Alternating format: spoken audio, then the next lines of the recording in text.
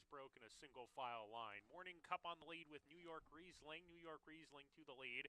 From Morning Cup, who takes the second spot with Happy Instead. Almond Cider 3 deep with that pair, and a length and a quarter to Shipsational, who drops to the back. The favorite will have to pass them all. They go into the far turn run, the long shot. New York Riesling carving out the fractions in the opener. A length and a half in front of Almond Cider in second. Happy Instead third, losing a little bit of ground in third while sent along from that position. Morning Cup next and fourth on the inside of horses, and the favorite Shipsational is getting to the outside for a bid. Begins a rally as they come to the top of the lane. New York Riesling off the turn, being swarmed on both sides here. On the extreme outside, Shipsational's coming with a finish here. Almond Cider right ahead of them, but Shipsational's rolling home. Morning Cup on the inside got the jump on Shipsational, and Morning Cup kicking away. Morning Cup from Shipsational into second. Morning Cup to get the victory over Shipsational. Photo for third. Almond Cider, happy afternoon. We turn our programs there, and in the second race, there is no jockey changes or scratches. Race 2 coming up in approximately. And we're off. Cruising to win from the inside post. War Terminatrix from the outsider. Quickest with La Indecente pushed upon between that pair and is up there in the vanguard. Those three are 2 lengths clear of Crystal in the fourth position. Another 2 lengths to Widow. And Toast to Success at the back. Cruising to win is first. Cruising to win into the turn. A neck in front of La Indecente. The 7-5 favorite right there to match her going into the turn. Gap of 2 to War Terminatrix. Crystal to the inside. Slips inside of her. And another 4 back to Widow. Toast to Success at the back as they approach the top of the lane. La Indecente, head in front, cruising to win. Back to second as they come to the top of the lane. Crystal, the rail's open for her to come on through. La Indecente down the lane with Crystal. These two going at it in the final furlong. La Indecente still with a nose in front of Crystal. War Terminatrix trying to come on here. La Indecente, 16th to go. Starting to edge away. La Indecente. Shout out Raylu. La Indecente gets it. Second home Crystal. Then War Terminatrix double. 3 and 2, $33.20. Final time for the 5 furlongs, 1 minute 1.37 seconds. Up next is race number 3. And we're off. Slow break from MG Dash, who's at the rear of the field after that. Support the Cat. Right to the lead. A Knight's Courage sent hard for speed as well. Frontal Vision in the mix. The Saxon Story easing off the early leaders. Contentious tempo on the front end. Frontal Vision head in front. A Knight's Courage there to match him from the inside. Support the Cat 3 deep with that pair, going a little better than the other two at this point. There's a gap of 4 to the Saxon Story off the speed. A length clear of Awesome Weapon and the favorite MG Dash trying to split that pair, being encouraged to pick up the pace as they come to the top of the lane. A Knight's Courage, Frontal Vision, Support the Cat, and the 3 path on the outside. These 3 still across the track as they come off the turn. The Saxon Story staying on the rail as they come down the lane. MG Dash still struggling behind horses. Furlong to go. Support the Cat is taken over. Blue past the Knight's Courage. Frontal Vision weakens. The Saxon Story on the inside battling for a minor award. Support the Cat full of run today, and Support the Cat under a hand ride, 1 by 3. A Knight's Courage was second. The late pick 5, races 4 through 8. Please note in this race we are scratching numbers 4 and 5. There's no show, trifecta, or superfecta wagering. We're ready to go. And we're off. Sway the Jury on the far outside, pretty much run the break, but they're lining up here in the first furlong or so. They're not far apart. They're down the back stretch. On the inside, Stegosaurus, narrow lead, Yohida Moneymaker, and 10-run rule between that pair. A length and a half, now 2 to Sway the Jury, who can see the other 3 runners in front. They go into the far turn. Stegosaurus has the lead a half length. 10-run rule shaken up from the second position. Yohida Moneymaker is 3 deep, trying to commence a bid from there, and saving ground is Sway the Jury, who just got a dream run up the rail. Sway the Jury from last to first within a blink of an eye, and is taking command and hugs the inside coming off the turn here. Stegosaurus gives way. Yohida Moneymaker in second now and is clearly in that position. 1 furlong to go. Sway the Jury made that nice move on the turn, and it was the winning move. Sway the Jury. Now it's just a guessing game of how much he's going to win by. Sway the Jury, Luis Perez in a canter. Yohida Moneymaker, second across the Saratoga Glen Farm LLC, now owned by Kathy Bacrala and trained by Anthony Ferraro. Luis Perez, your winning jockey. Sway the jury pays $370 for the win. And we're off. Good dispatch for all the runners in the race. She loves to move, moves to the lead right away and clears off early. Here's Let's Maga on the inside. The rail's open. Here he comes to challenge. She loves to move. These two together, and they open up 2 lengths on Kaz's Rose in third. Reiterate, Make a Joyful Noise are swarming that runner. And also Mrs. Bell, who's clearly into third going into the far turn run. Miss Pab is last, 5 or 6 behind as they round the far turn. She loves to move in the 2-path, nose in front. Let's Maga right there to her inside, and these two are together, sparring, coming to the top of the lane with Mrs. Bell, 3 wide coming off the turn. Make a Joyful Noise is 4 deep coming down the stretch. Reiterate, down on the inside, finding room as She Loves to Move is dropping anchor. She's done with a furlong to go. Reiterate on the inside, trying to catch Let's Maga, who's still in charge. Mrs. Bell and Make a Joyful Noise both moving, 4 driving as they come to the finish. It's going to be real tight between Reiterate and Mrs. Bell. Mrs. Bell got it.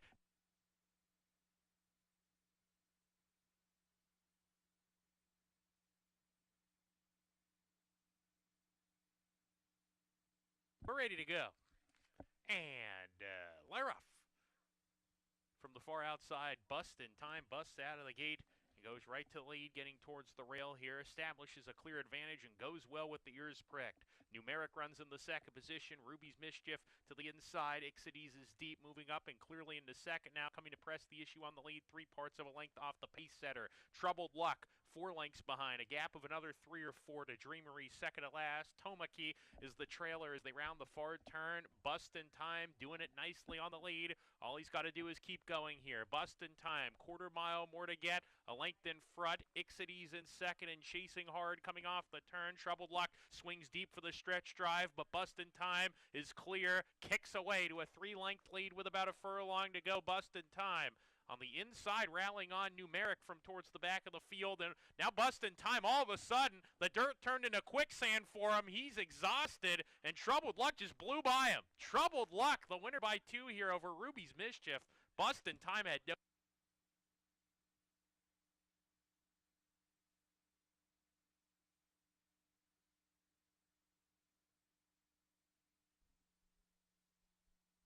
And we're off. Practical Rachel a little bit slow to go. No problems from Sky Travel, who went gate to wire last time in a maiden race. And just like last time, wings it on the lead and says, come and catch me if you can. Moving right along here is Sky Travel. Puts about 4 lengths on Call Me Penny, who's in second, and a strung out field. Out of the Cloud is third. Rochelle My Bell is fourth. Must be at least 10 lengths behind. But at least she's got a fast pace to chase.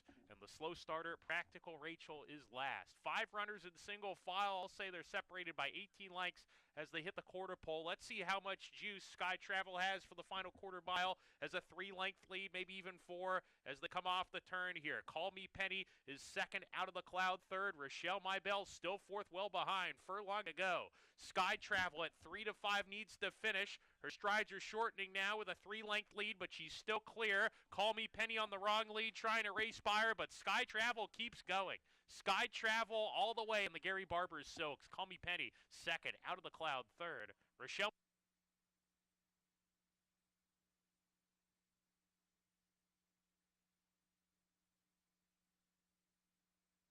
go in the finale. And Lare off. Slow to go is Drinking Solo from the inside. Untroubled darts away to a narrow lead in the early stages. U-Butte taking second. Gap of 2 to Interchanger. Indy Cowboy are side by side. Drinking Solo after the slow getaway is fifth. 6 lengths off the pace. Gap of 2 to With No Name. Second to last. Independent Paul at the back as they go into the far turn. Untroubled went off as the 1 to 2 heavy favorite. Leads the way on a hold here. Length in front. U-Boot now losing contact with that front runner who's trying to lug out here on the turn. Romero Mirage trying to keep him straight, but he's naturally quickest and kicks away to a 3-length lead at once with a quarter mile more to get. He's opened up, coming to the top of the stretch. Interchanger is second. U-Butte is next on the far outside. Indy Cowboys getting into it. Furlong to go. Untroubled, asked to finish, and he's got plenty for the final furlong here as he opens up once again. Now he's 5 ahead, and it's going to be Untroubled. Untroubled in victory today in the nightcap. Interchanger second, third home Drinking Solo in $67.25. Ladies and gentlemen, live racing resumes tomorrow here at Finger Lakes Gaming and Racetrack. Our first Wednesday of the season.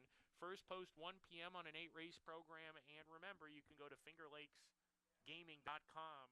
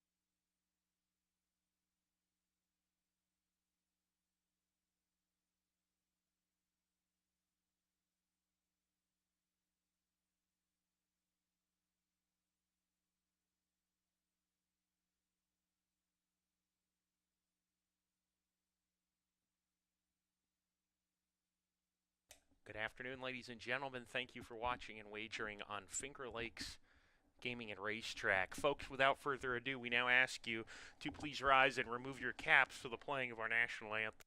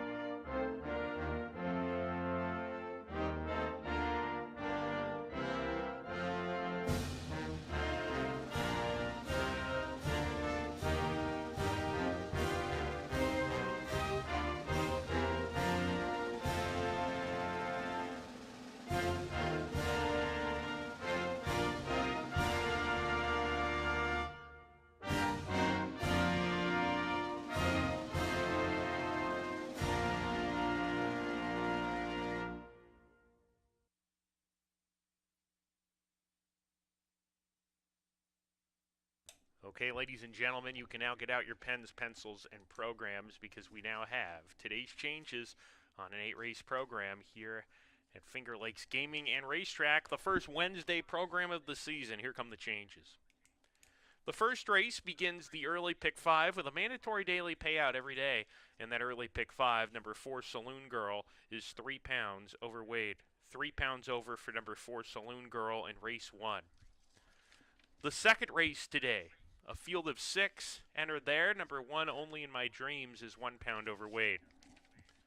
Turning to the third race on the program, first leg of the middle pick 4, races 3 through 6. Scratch number 1A, Love Thyself. Number 1A, Love Thyself, scratched out of race 3. Number 1 remains in the race, and number 2 is 1 pound overweight. In the fourth race on the program today, start of the late pick 5. Make the jockey on number 1, Papa Pauly D, Luis Perez. Luis Perez is riding number 1, Papa Pauly D, in race number 4. Also note, with this rider change, waive the 5-pound allowance, make the weight 120 pounds. Number 1, to carry 120 pounds in race 4 with the rider change. Again, Luis Perez is riding number 1 in race 4. In the fifth race on the card today, start of the pick 4, that's the late pick 4, races 5 through 8. We're clear there, no changes in race 5. Over in the sixth race, beginning the late pick 3, please note number 7, Central Love, will not be in for the $5,000 claiming tag. Waive that claiming tag running for the waiver. That's number 7 in race 6. The penultimate race on the card is race 7 on the program. And in race number 7, scratch number 6, Emerald Forest. Number 6, Emerald Forest, scratched out of race 7. The nightcap is race number 8. In the finale, scratch number 3, Hot Rod Lincoln. Number 3, Hot Rod Lincoln, scratched out of race 8. Those are all the changes, ladies and gentlemen. Coming up next, the pre-race show with Dave Mattice and a special guest today.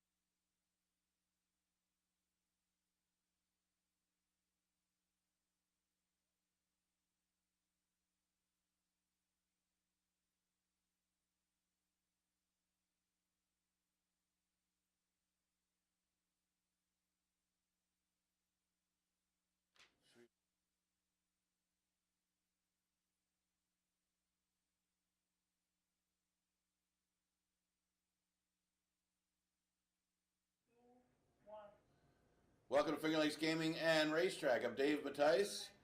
Got a special guest today from the past. The Pan Man, hot tub, whatever, time machine. Back in the game. Hello, everybody, and thanks for having me, Dave. Appreciate it. You did once earlier this year. I had to dust you off. Yes. A little bit rusty. Yeah. I'm trying to get it together, man. Trying to get together. It's easy to be hard. Okay. You've been say what? Careful, it's a family show here. Well, what are you talking about? At these races here. Okay. So you've been away from the track for how long? 10 years. I took a 10-year hiatus. Has it been that long? Yeah, I was working for the federal government, a high priority, job, and I left that, and I've come back here now. I thought you were just a telemarketer for the VA. Was it something like that? No, I had a very high security clearance, Dave. I think it was some kind of telemarketer customer service job. Anyway, you've been on the pan camera back again. Love it. Yeah. So the shots are good. I'll give you credit. It's hard to give you credit, but I got to give you credit. The shots have been good. Sometimes I got to play or whatever. I get in a little tight. I got to cool it off a little bit. All right, but that's good though. Yeah. Okay. Well, all right, but when the horse. Don't zero in on a horse that's like up by 5 or 6 lengths. I get that. Zoom out because everybody's got their exactas and tries. Like, thanks for the advice, Dave. No, I mean for real, from the handicapper standpoint. Right. We want to get in tight on those close photo finishes. The owners can watch their horse. We need to see that third, fourth. Not supers. I don't bet supers, but second, third. I know. Need to see that stuff. Okay, yesterday, Louis Perez had the 2-win day, and actually Louis Perez is now atop the rider standings. Changes a lot now at the beginning of the season, but he's off to a good start. Always been a good rider. Yeah. Always good. Yeah. Cruz off to good. Okay, so Perez has 7, Cruz 6, and Worry and Koa 5. I think those two are going to be probably the top 2 by the end of the year. And Anthony Ferraro just dominating so far. As usual, yeah. So he's got 9 wins to start the season. That's a lot. 9 wins. We've only run a few days. He's probably going to win 1 or 2 today, maybe. I don't know. Today's kind of interesting. You got some races that are pretty competitive. I know there's kind of shorter fields. Yeah. But they're competitive. Dude, like I said, I don't know, man. there's some vulnerable favorites, but hard to pick against them in short field. So it's like, I don't know. I mean, you look at yesterday. Support the cat. Come on, dude. Did you have that one? I betting races and stuff. I get turned off by that a bunch of starts and not get it done. But sometimes you catch a feel that you're better than, and I think that was the case with Support the Cat. Caitlin Gutterson did a good job getting that one ready, and she's and winning threw away. races. Won some races. Her horses look good out there, like they're good. ready to go. She's a good trainer. Victor Dean went off the layoff. He had a He's price. my I think main- that was main the man. price late. Main man. Yeah, he's a good guy. I mean, Mrs. Good Bell for him. Mrs. Bell figured, but was off the layoff. So that's what sometimes makes it difficult, and the odds drifted up because of that. The Deanster's been hanging around the track for a long time. He knows what to do. He knows how to Who's get the him. actor that he looks like? Sam Elliott. Sam Elliott's right. It's just like him, actually. Sam Elliott. He's Finger like Lakes going Racetrack. into bars. So, hey, man, you've seen me in Big Lebowski, right? What is that? Forget it. I'll go ahead. Okay. Let's move on to the first here. We got a 5 furlong race here. 11 down to 9. Okay. So what do you got? Remember the pick 5. I'm talking about vulnerable. I know. I'm talking about vulnerable favorites. I'm picked Violent Vixen on top. Trainer Ferraro and Koa. Lethal combination. 6 starts in the last 2 weeks. 2 wins in 3 seconds. That's 1 time off the board, first or second, if you can do your math. Anyways, this horse looks dangerous. Was a favorite last time out on sloppy track. End of last year, got it done. 3rd place finisher, came back to win. The only thing my question is, there's some decent works, but I might be. You're picking the horse and making negative comments. Because I'm scared about the 4-horse Saloon Girl. That's my second choice. I think the horse might have needed the start. Had 3 wins last year. Nobody else in this field had 3 wins last year. Could be dangerous in here. And looking for improvement second time out. Now, what about the track? No, I don't. Well, that's what I'm trying to keep an eye on. Initially, you picked for sloppy horses. Initially, this overnight, I was looking at it for off track, and then come in today. Oh, the rain's going to stop. We're going to have a fast track. What do you do here? I'm on fast track picks. You're maybe more sloppy track. It was initially. I was leaning towards off. Yeah, I mean, the forecast initially looked like we were going to get a lot of rain, but it's just been a light rain that might stop. We got to keep an eye on the weather, I guess. Might just water the track pretty good. My third choice is Isle Storm. Dynamite work on May 8th, just a little while back. Is off the layoff, but the horse has good speed, and it's only 5 furlongs. I went with 2, 4, 3. Yeah, that's the thing with Violent Vixen, though, Panners, because look at the record on an off track. If we did get an off track, I know it's dangerous. I know. But we didn't. But she's still the horse to beat, just on class. Yeah. I mean, you figure those are 25,000 open claimers back there. Yeah. Then last time in for the 11 to 9 condition, a little easier field in that condition, but she won for fun. Again, was it the off track? I mean, she obviously steps up on the off track to dominate by the way she did. But gotta get by the 3, right? That's the 3's a speed. If she comes out running, Violent Vixen does have some natural speed that she could try to be aggressive early for 5 furlongs, but. And Flattery's Music, she is fast, but maybe not 5 furlong fast. So, when you're inside, sometimes you want to be a little more aggressive and maybe holds the rail on Isle Storm. But Isle Storm could be dangerous, and I've said that about this horse before. Isle Storm's a better horse when she gets the lead. I mean, you look at her form, when they're not aggressive with her, she won't pass horses. So, you see Naz changing tactics a little bit. Well, I wonder where he got that idea. And went to the front and it paid off. Ran a good second. And this horse could be quick. So, and does show a nice work leading up to the race. So. This could be that Dinnerman factor that he was talking about yesterday. Fresh horse, kind of pumped up, ready to maybe go and get out like at the gym. Yeah. You know what I mean? I like that analogy. So have you been going to the gym or what? Oh, every day, man. So you're looking like you're a little bit. I'm on it, baby. It's all cardio for me, man. Oh, I say you're I looking gotta like you've keep been up. lifting. I got to keep up at night, with the girlfriend and all that. Please stop. This is a family show here. Whatever. Second race, 11 to 9 maiden claimer going a distance of 5 furlongs. Well, I look at this race, Banner, and I think the first 3 races we kind of agree Lee's top choice. A couple of mistakes you've made, but the first 3 we kind of agree with the top choice. I can't take this. I'm going to take this. I thought it was easier on you this time. All right. Go on. I think you're going to have to get sensor. We gotta get this thing on delay or something. Yeah, my Angel comes out of a good race. It was actually the first race of the year. Mamba Gigi actually ran the fastest time for the 4.5 compared to last year too. I think that was the fastest time of last year and this year together, and it turned out to not be a fluke. I know the track was lightning quick that day, but the horse that was second, World Bank, came back and won. Actually looked good. Yeah, what do you think? Yeah, and much the best. Yeah, World Bank's full also did. So, yeah, that was a good effort by Angel to be in range. Now, sometimes when we talk about these races, just because they come out of a good race doesn't mean, oh, they ran a big race, they're going to come back and win. I mean, it wasn't that close. But the fact that this horse drops to the 11 and 9, and does have some good form in New York where she was running against maiden 30s. Now, this could be a tougher field. I mean, it's hard to say. Mama Gigi ran the fastest time, so I don't think so. So I would go with that one on top. The Firster's interesting. Firster's very interesting.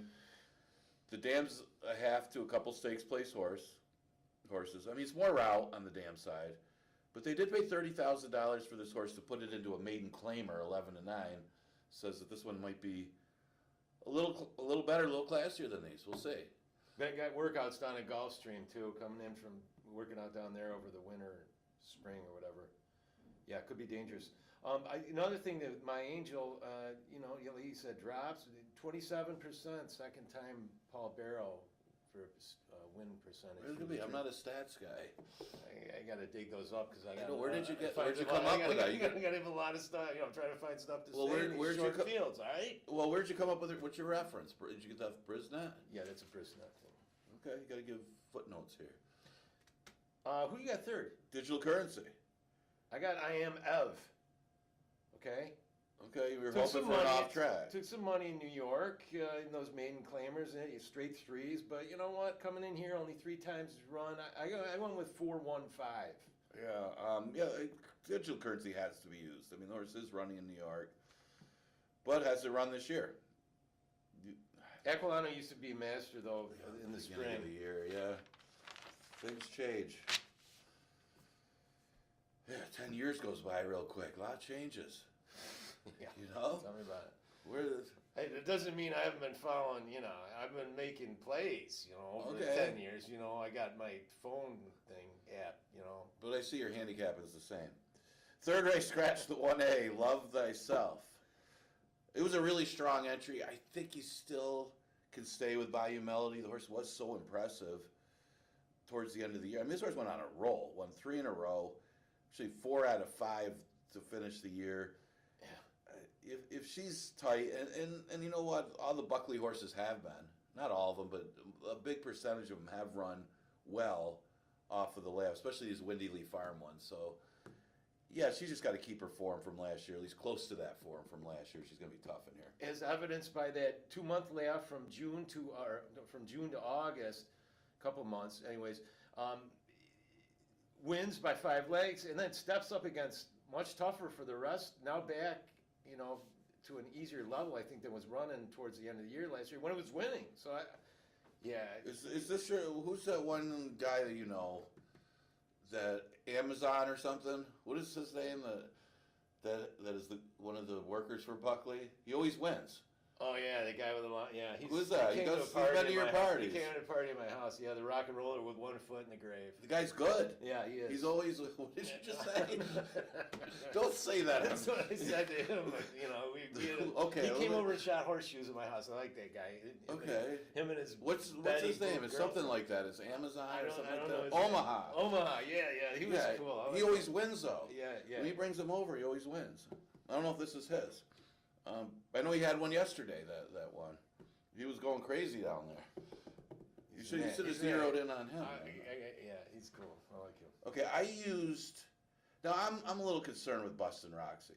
Now, Esky Beach does look like he's been working his bench press. He looks strong again.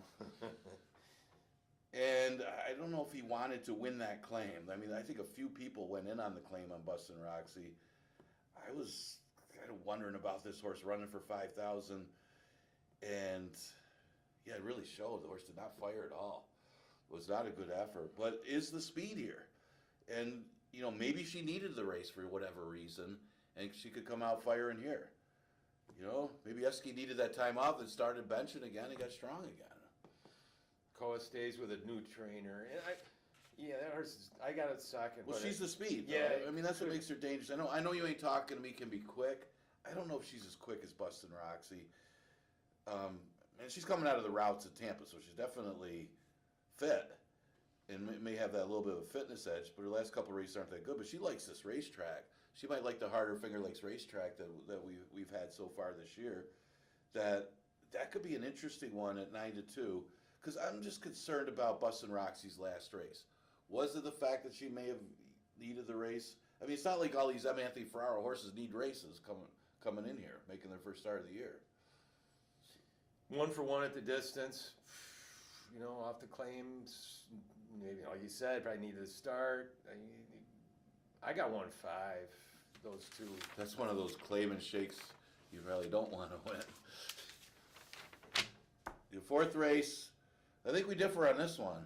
Well, Did you scratched out? You didn't have that horse in there. What are you talking about? I got the one on top. That was my initial. Okay. But I'm concerned with the one on top because I really like a couple of kind of prices in here, and I'm scared. I think the one who's been running, look, it ran out of conditions last time. Now runs the 3 lifetimes, only 1-time winner. He was running against some tough horses. He's won on and off track. I'm not counting on that today. I really like the fact that Elliott had 115 pounds in there. He's gone. Perez gets 120.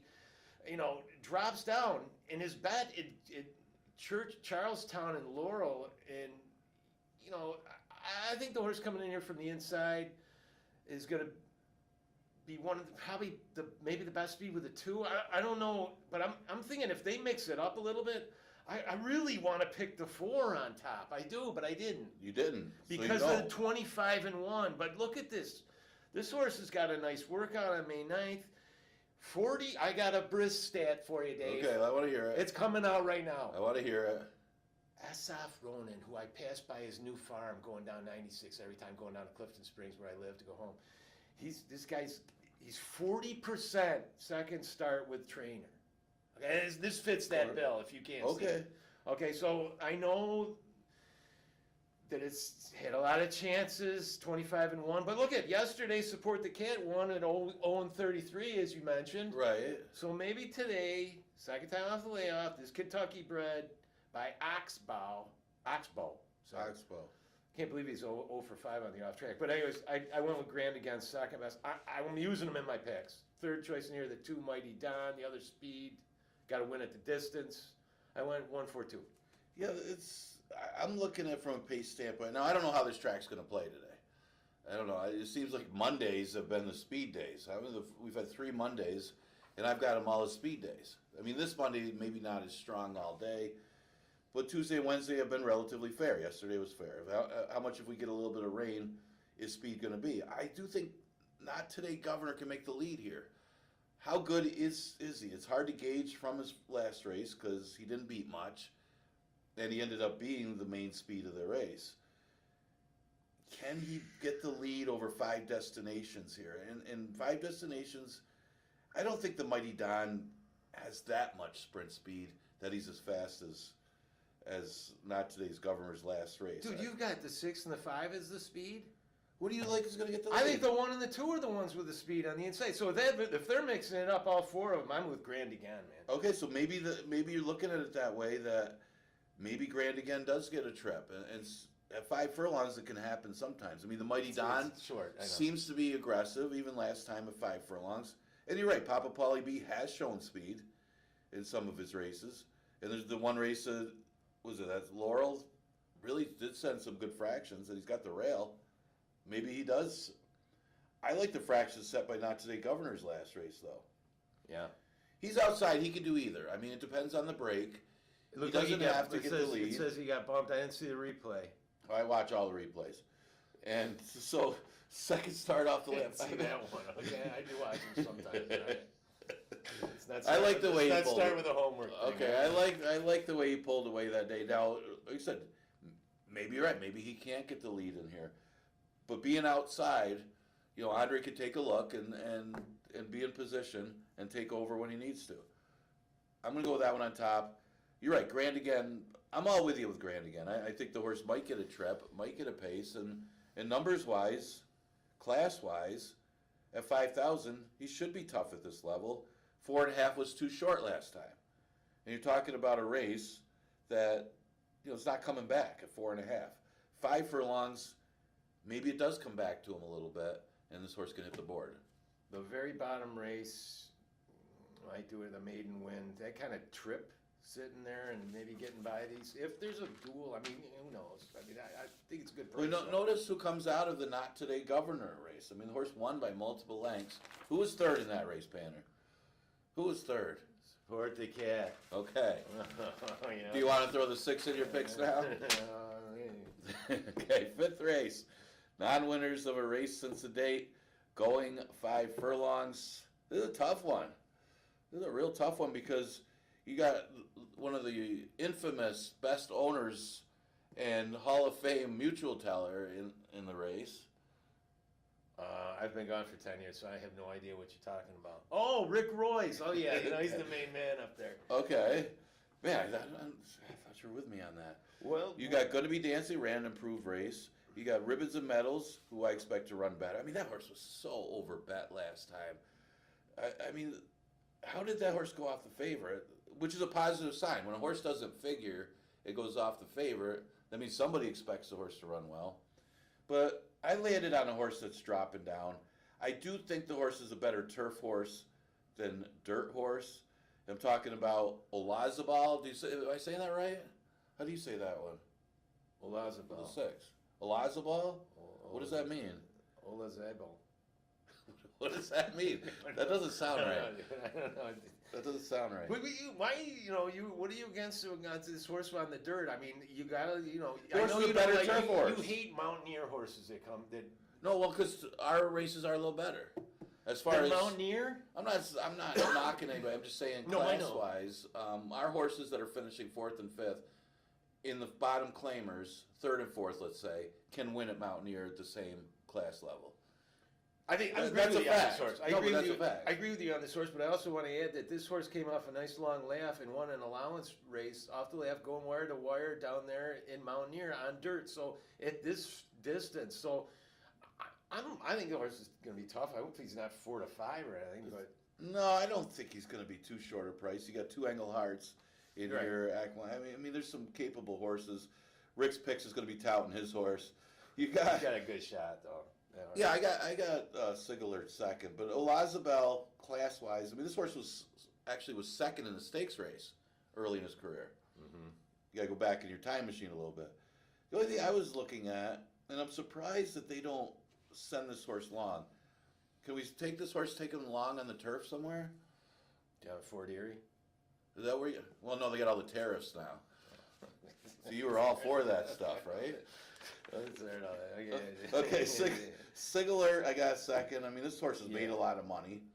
Yeah. I mean, the dam was stakes place. What did they pay for this one? $420,000. I think Rick got a deal paying half of $7,500. Yeah, that's decent. For $420,000. You'd really have to be digging deep. And my 3rd pick is the 2, and you note that Worry stays on the 7, maybe a trainer thing, but no, he had actually a triple call in here, and he took the 7. So I went with the 7 second with you, and who do you got 3rd? You got the 1. Got the 1. I got the 2. Going to be dancing. I got a feeling that Ronnie Breed might have a little sneaky shot at getting some long shots home, at least in the money. Yeah, Ronnie was really good last spring. He did very well with his horses in the spring. This horse bothers me a little bit. Those are tough races, and he has had one under his belt.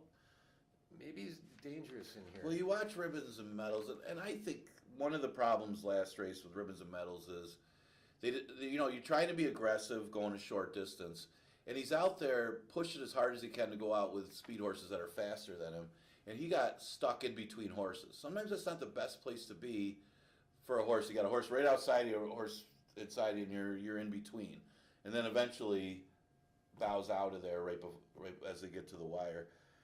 From the rail might be a different story. It might be a different trip for Ribbons and Medals. I think the horse plays in here. I didn't like him last time, but I do like him a little more today, at least to hit the board. Again, I'm going to go with a 6, 7, and 1. 6, some too in there. Okay, 6th race. Okay, another 5 furlong claiming 5,000. Horse which haven't won a race since December. We have the same top choice. What? We do. I would expect Give Me the Money to improve. Give me the money. What is that for? What? What do you do that for? It's an Italian thing, isn't it? Yeah. You got a problem with it? No. Yeah, give me the money. Look at horse ran a good race off the layoff, fast race. Conformist whistled in there, right? Yeah, I mean, Conformist ran a good race, but to Give Me the Money not run his race is kind of part of the issue here. Back class. Yeah, I like this one on top. Well, I just think he's going to improve. I mean, you look at the numbers from last year, and numbers-wise, it really depreciated. So it almost seems like, did he need the race? And I got to think that he probably did. He was in for the waiver claim. He's able to go in for the waiver claim for a second time here. But if he needed that race, I would expect a much sharper performance from him. I also think he could hold the rail and get the lead. I mean, CJ's Grand Slam is somewhat quick. I was a little disappointed in that one's last race. But the Murphy horse was much the best in there and just passed him. But Give Me the Money's got to run better than what he did last time if he's going to win. And I expect him to run better. Now, you don't like Murphy's horse here at all. Bottomless refill. Dude, I'm all. You're kind of that guy. You're the bottomless refill with your draft beer. Well, they used to, yeah, sure. Yeah. They don't have that anymore, though. They don't. They have that at the old Niagara bar. Where did you work? The Starlighter disco joint. Anyways, yeah, What? it was $2 all you can drink beer. Yeah, that sounds like it was in the 70s. It was way back when. But Okay. anyways, on to the thing. What? CJ's slam was .95 to 1 last time. Doug had all kinds of problems to start. I don't even have this horse. It was in the lone bag. speed though. That's why they bet the horse was because it was lone speed, not. And I'm trying to and beat didn't this perform. favorite. Who's the favorite? The 3. I bet. I guarantee you he won't be the favorite. Well, I bet. Give Me the Money's going to be the favorite, especially now that you picked him. Well, and then last time Cole rode this horse, he won't give me the money. Yeah, you're right. But I hear my long shot in here, or a price horse, is Bench Walk.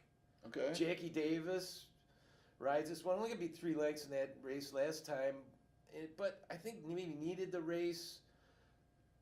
Doesn't really love an off track. I'm surprised by Bernardini, but I think the horse drops a little bit, and I think it's dangerous second time out at a good price. Jackie Davis rode that horse yesterday. It was pretty impressive. That was the ride of She's the, awesome. That was the ride of the day. It was- Awesome. I can't believe that horse won, but that was the ride of the day. I mean, That she was was cool. out of whips. And I mean, Di Diego had a chance to box her in. If you look at the turn, didn't do it, and Jackie stayed in her lane, and somehow timed that first right with that horse. Man, she does a good job.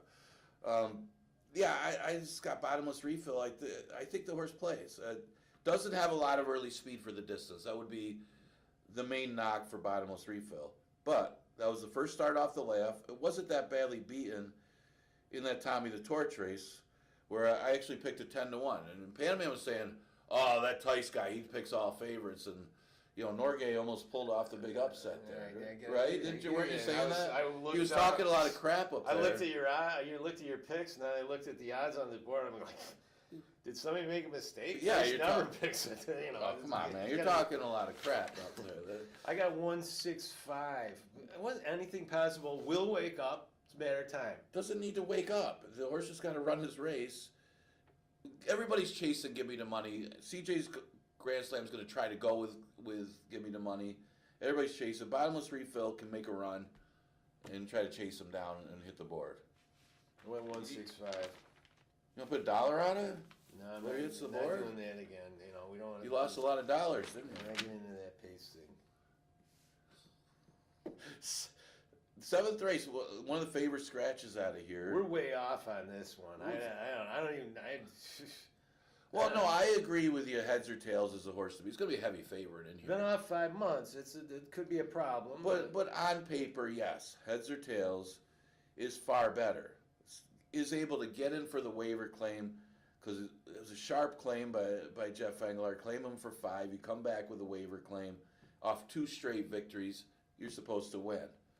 But Andre Worry opted to go to Emerald Forest, who ended up scratching. getting off an Engelhard horse. That doesn't bother you a little bit? It does, but I mean, what doesn't bother me is that this horse, New York bred, that was running dynamite bang-up races at Charlestown. Those are tough, and Laurel, winning at Laurel. Yeah, if the horse is ready to go, I think he's going to be pretty dangerous. And is this kind of, in my opinion, gets the lead? Or do you? No, he doesn't. Oh, come on. No, All right, now they're going to do the dollar. Okay, you want to do a dollar? Production credit's going to get one gets the lead in there. Production credit's going to get the lead. Now, maybe he can hold the rail. Maybe he breaks well enough. I fully expect production credit to get the lead in here. And that's where I think I could get the upset. Now, I'm not saying heads or tails on paper is the far better horse. It does bother me a little bit that Andre Worry was listed on this horse. And that's a problem, yeah. And goes to Emerald Forest for Charlie Bay. Now, maybe he's trying to get some business with the Baker Barn. Well, initially I had Emerald Forest right in there, second pick. Well, yeah, I mean, it looked like those were the ones, but production credit, I liked the horse last time. He does get a lot of seconds. He will break your heart late. He does that. But one thing I was looking at when I first was handicapping, I was talking about an off track. Production credit does step up big time if this track does come up off. And I do think he's going to get the lead. I'm hoping for a little bit of rain, I guess, but again, as Panman is much more of a chalk picker than I am, that he's going to go with a 2 to 5 shot, and I'm going to go with production credit. But I think he's got a chance, if he could get the lead on heads or tails, to go all the way here and pull off the upset just because of the layoff. It's a little bit of a red flag when the jockey goes to the other horse. Although, yeah, Emerald Forest did play in here. I got a horse that bothers me in here, man. I'm including it in my picks, everything in the pick fives. The 4 horse, Escape Mission. Okay. 10 you didn't pick him in your top 3. 10 to 1 in the morning. Yes, I picked him second. Oh, okay. You did. I got Escape Mission second. Look at last time ran. Okay, it was a 9 was a 3 lifetime. Okay, but easier stuff, but ran a good race, just sitting off it, got it done. That was off a layoff over Uncle Vic. Ran in some tough horses. Then moving up, Presque Isle, ran a dynamite second, gets buried at 11,000, tries the allowance, stay bred, now drops back down after a start, 1 for 1 at the distance. Ronnie Breed, good in the spring.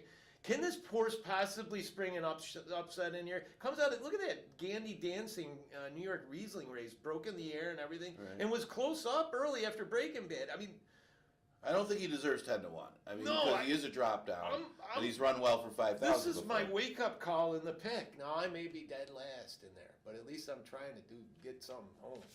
Yeah. Instead of just taking the 3 to 5 shots. Yeah, yeah, you got a 2 to 5 on shot, but that's that's okay. I got Peruvian Boy third. You got that one too. 1-4-3 I got. Peruvian Boy should be able to make up some ground late. Actually ran well right behind production credit. It was just too short. And again, I don't think he's going to get the right kind of pace scenario to win unless Heads or Tails is able to keep up with production credit early.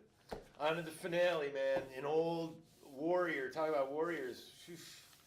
You remember when this horse was hot? I thought you were going to say something about the Ultimate Warrior. I didn't know where you were going with that. Ultimate Warrior? Do you want to start?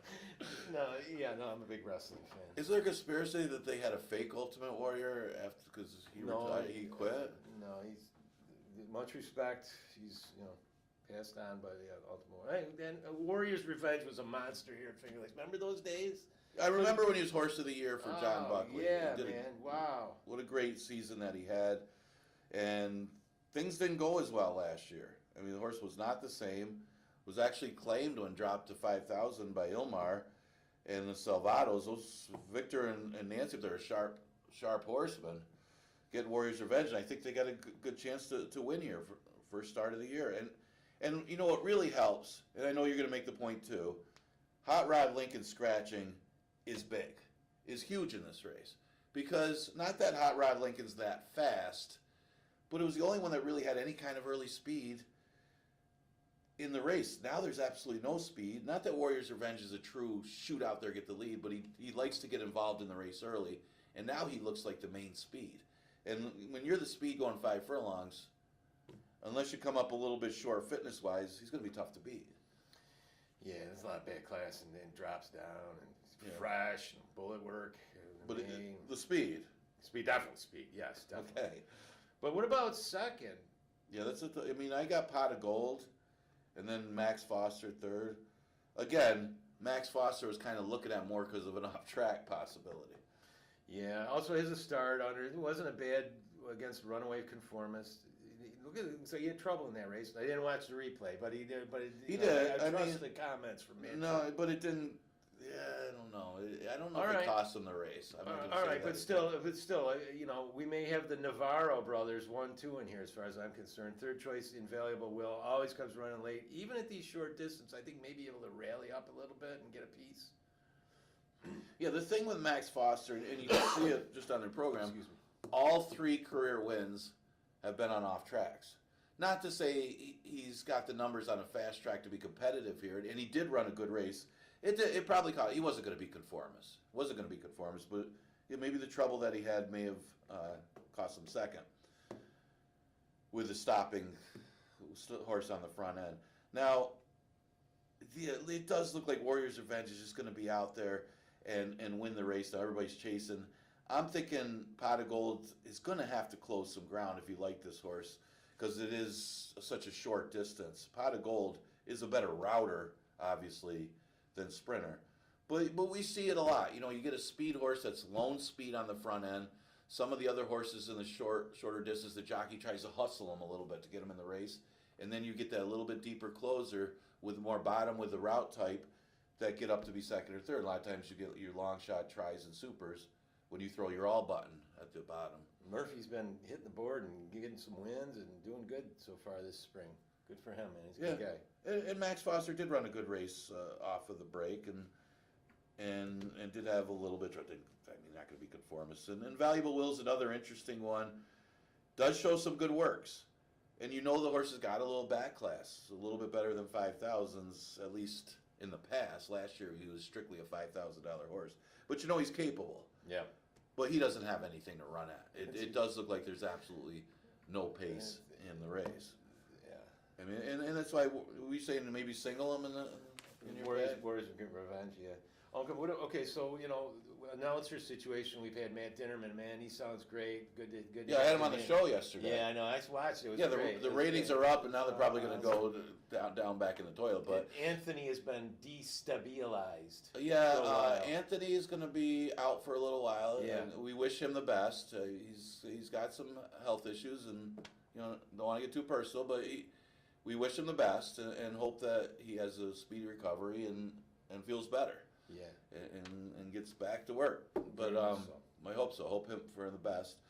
We should have a new announcer. So I don't know if it's public information yet, so I can't announce who it is. But we will have an announcer starting on Monday, and that'll be for at least 3 months. That we're gonna have a new announcer. So is it gonna be you? I'm not doing it. You don't want me up there. Dude. I get angry. I'll get up there and I'll start yelling at him right on the microphone. Like, that guy's lost it up there. So, no, I was thinking maybe it was you. You could do it while you're on the pin camera. No. There they going around the turn. So, who do I got in the super here? Come on, 3. Come on, 3. That's maybe yell over your horse up there. No, I hope everybody enjoyed. Now, looks like next week we probably are going to lose Tuesday and run Monday and Wednesday next week. But other than that, we're going to continue Monday through Wednesday racing. 1 o'clock will continue to be the first post. We do have a stakes race. Memorial Day, we got some promotions coming up. That's a big day out here. Yeah, get a lot of people out there for Memorial Day. Yeah. I know you're not big with the American holidays, but we'll have the barbecue and the first stakes race. You get the Barker Stakes. Remember Breaking the Fever? Used to win that a lot. I mean, Deborah Breed dominated that stakes race for quite some time, and they'll have probably the 2 favorites in there again. Jack and Bernie is expected to make his return. Remember that one? Oh yeah. And their other one they had just whistled in his season debut. I'm not real familiar with the Jack and Bernie. I wasn't here at the time, and I didn't catch that horse, but. Oh, he was quick. He's quick. Yeah. Hey, you got Ladies Golden Guy is the other one. Ladies Golden Guy, yeah. Yeah, he ran back to his old form with the last race. So that's upcoming. Any On specials or Memorial anything Day. going on Memorial Day, or hot dogs, beers? Why do you got to do that? Why do you got to put me on the spot with You're that? the stuff? marketing guy. There will I gotta take some abuse sometimes. I gotta give it back a little. There'll be plenty of specials, plenty of reasons. Specials. I get no specific. Great family day at the. I mean, it's a great day There's for a the lot of people family here, and it's a lot of fun. to Yeah. come out, Lot of fun. watch the races. I think we got a food truck out there. Cool. Yeah, they don't have the pony rides anymore. Got guys like you trying to get on the ponies. That's why we had to stop doing it. Yeah, right. Anyway, Good luck, everybody. thanks for being on the show. Hopefully, we'll have you a few more times if they don't cancel you after today. Right. And we will continue live racing again Monday and Wednesday next week. Next live day Monday with a 1 o'clock first post. Good luck, everybody, today.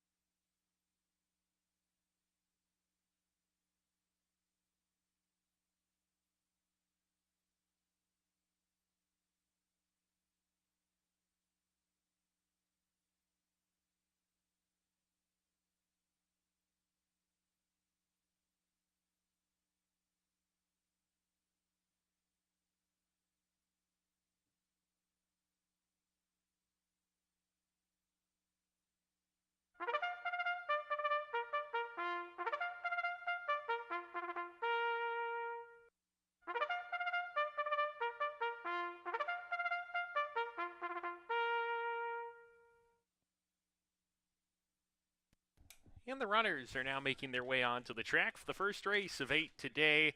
This is an $11,000 claimer. Fillies and mares, 3-year-olds and up, going 5 furlongs. Here's the field. Number 1, Sweet DeSantis.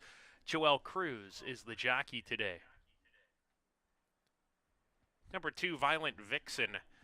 Kiberkoa is in the irons.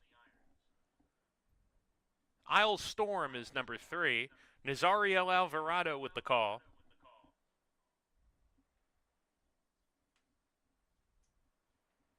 Number 4 is Saloon Girl, Luis Perez, the jockey.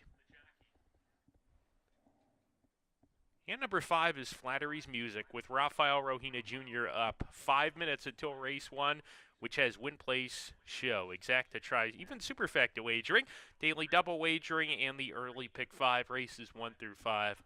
50-cent minimum with a mandatory daily payout is coming up here in the first leg, race 1. 5 minutes to post for the opener.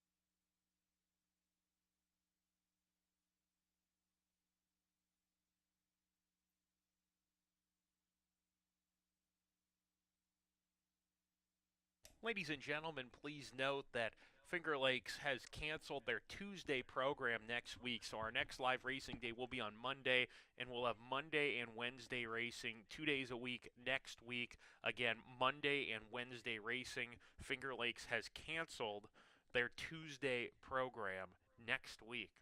So we'll have Monday through Wednesday, but no Tuesday racing. Monday and Wednesday racing next week.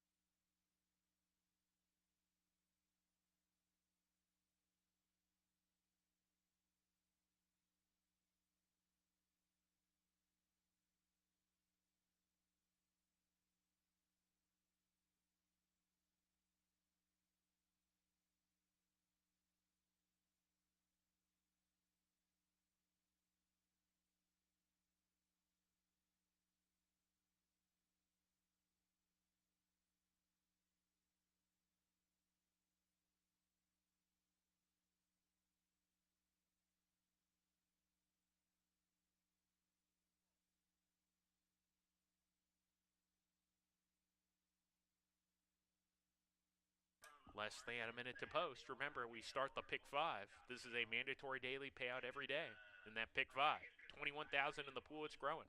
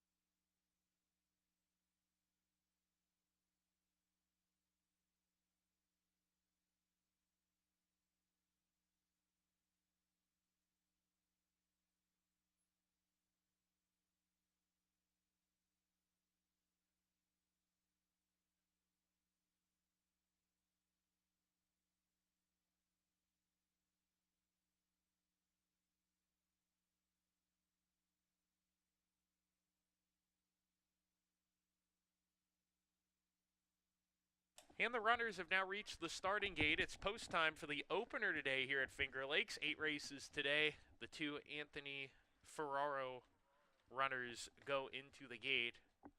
Valhalla Vixen, Sweet DeSantis, Isle Storm, the post position number 3. Saloon Girl coming up.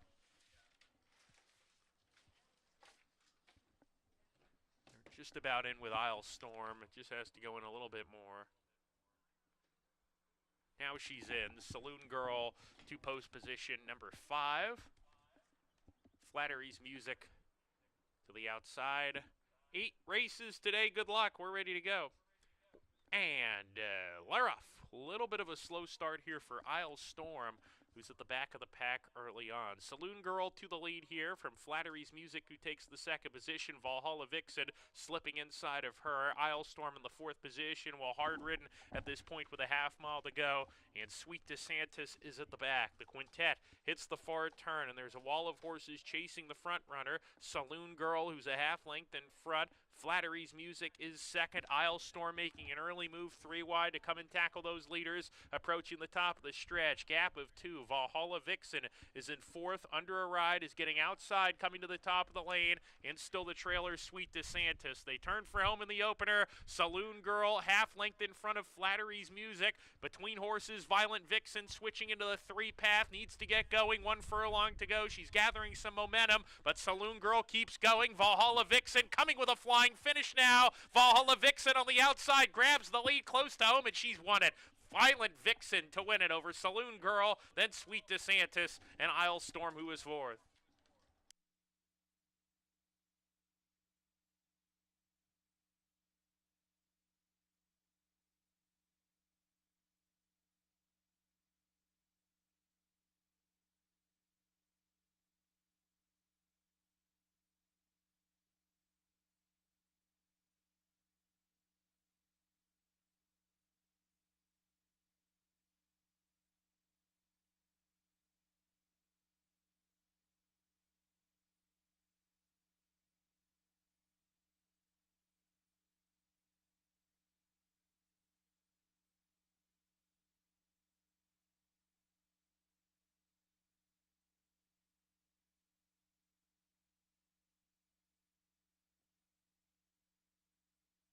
Number 2, Violent Vixen was first. 4, Saloon Girl second. 1, Sweet DeSantis third. Photo finish for fourth. 241, please continue to stand by till the photos for fourth have been posted.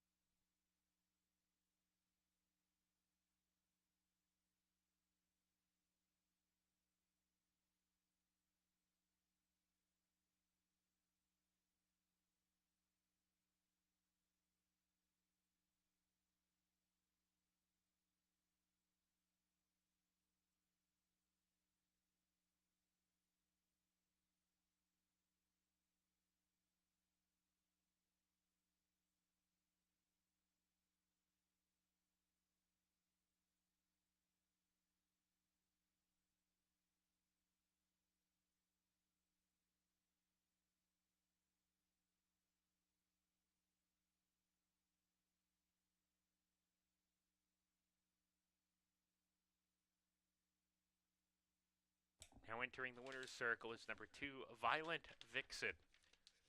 Violent Vixen is a 7-year-old bay mare by Violence out of Mine Own by Mineshaft.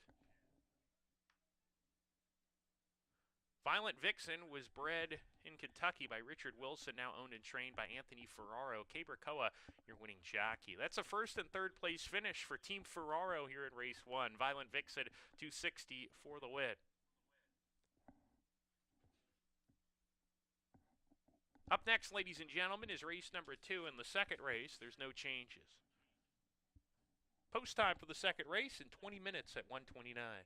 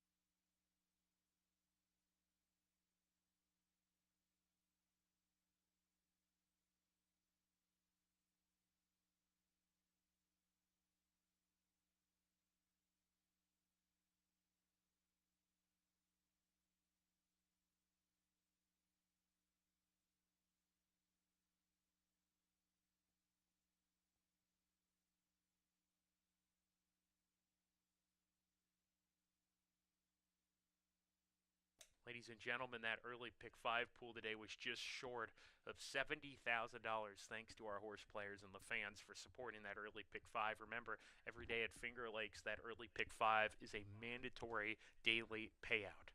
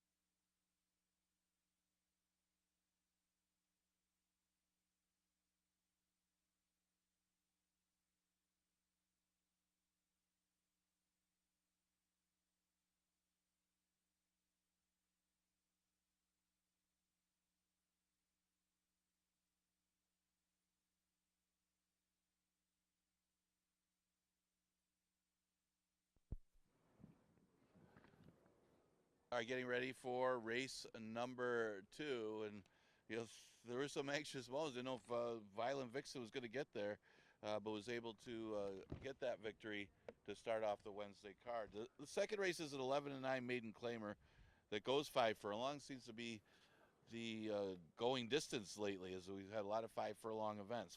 This for fillies and mares. And, look at the board. My Angel, no surprise, is the logical horse in here. She's getting a lot of the play. Comes out of a fast race. It was the first race of the season, opening day, and it was also the fastest race of the season. The Mamba Gigi, in a maiden race, went 52 and change. Well, the horse that was second, World Bank, just came back to win her next start. Actually looked good winning that race, making the race look better. Now, My Angel was not that close, lost by over 8 lengths that day, but it is of note that she comes out of that good race, and she was very competitive against $30,000 maiden claimers in New York. Makes her the logical horse here, and she is getting a little bit of action, actually the favorite on the board at 6-5. Firster is interesting, Only in My Dreams. Makes her first start for Chris Engelhart. Childhood Dream, that the Dam is a half to a couple stakes place finishes. It is of note, though, her only career win was going long. Although she's by Freud, they go long or short. They paid $30,000 as a yearling for Only in My Dreams. And not the fastest of works, but she does start at the 11-9 level. Kind of looking at her right now, she's a good-sized horse, actually a pretty big horse, and certainly looks the part. Would be no surprise in here if she won in first asking. The 2-horse is Digital Currency. She'll be making her first start of the year and only second start since August. Didn't fare too well when she was last seen against state-bred 30s. They only paid $4,000 for her as a yearling. She's out of a dam by Go Sapper, though. Well-bred, and she's run against better maidens in the past. So it wouldn't be a huge surprise here. She's got some tactical speed that could put her in the race early and could put her around going 5 furlongs. Not getting much for action at 7-1. The only other horse getting some play is the 5 I Am Eve, and this one, her only good race was in the mud, so that's interesting. I think she's questionable as far as the 5 furlong distance. She's very well bred for the route, so maybe that's why they tried her in a mile race last time, although she didn't run too well in her first try at going a mile, and she did run well at 7 furlongs, though, but may have been a case where she liked it off track. See how she fares against our 11-9 maidens. That's some of the contenders for the second. Exacta Tri Super Daily Double, and the Pick 3 starts with this race.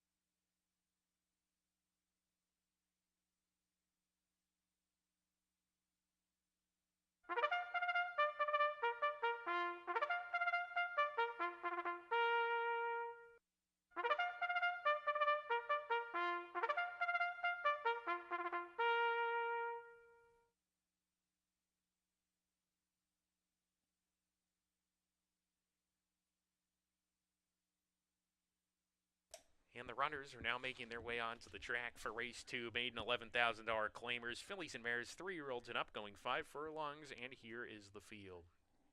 There's number 2 on your screen, Digital Currency. Kaber Koa is the jockey today. Number 3, Duchess of Normandy. Andre Worry has the call.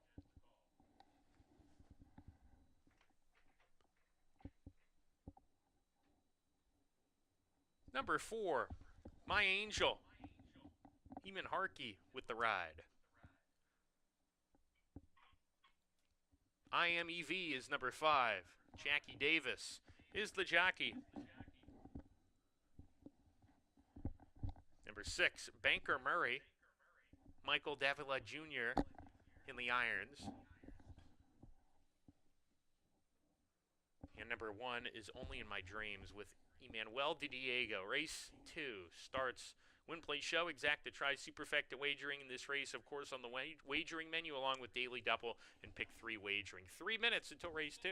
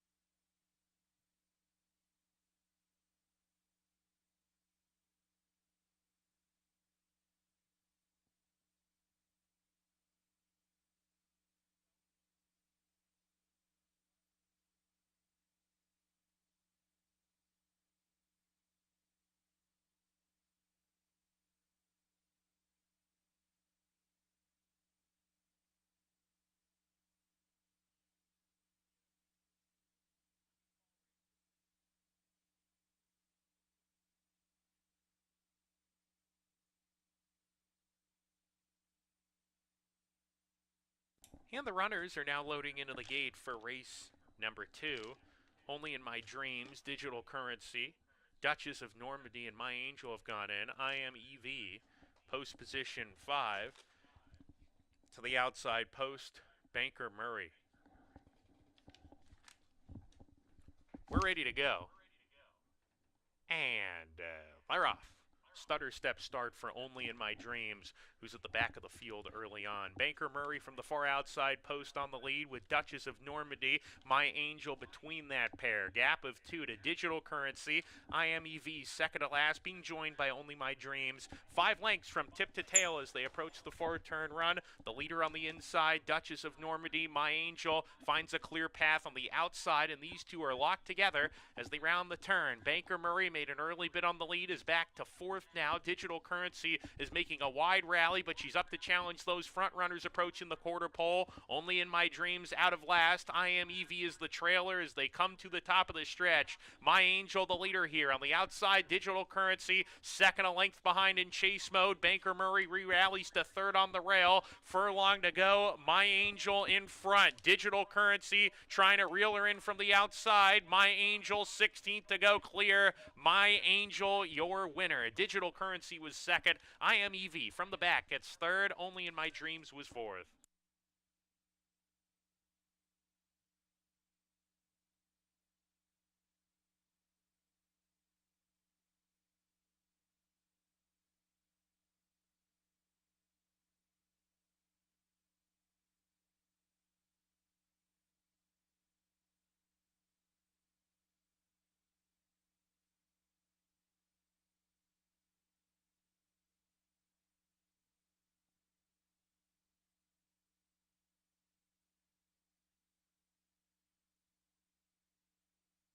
Number 4, My Angel was first. 2, Digital Currency second.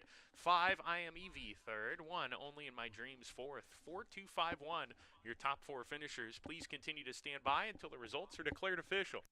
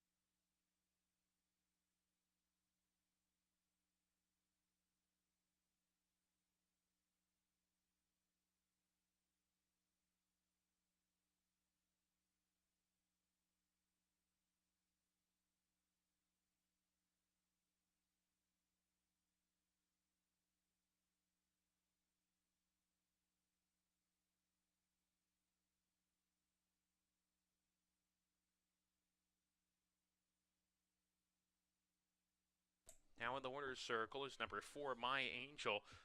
A 5-year-old gray roan mare by War Dancer out of Tainted Angel by Yes It's True. My Angel is owned and trained by Paul Barrow, and your winning jockey is Heeman Harkey.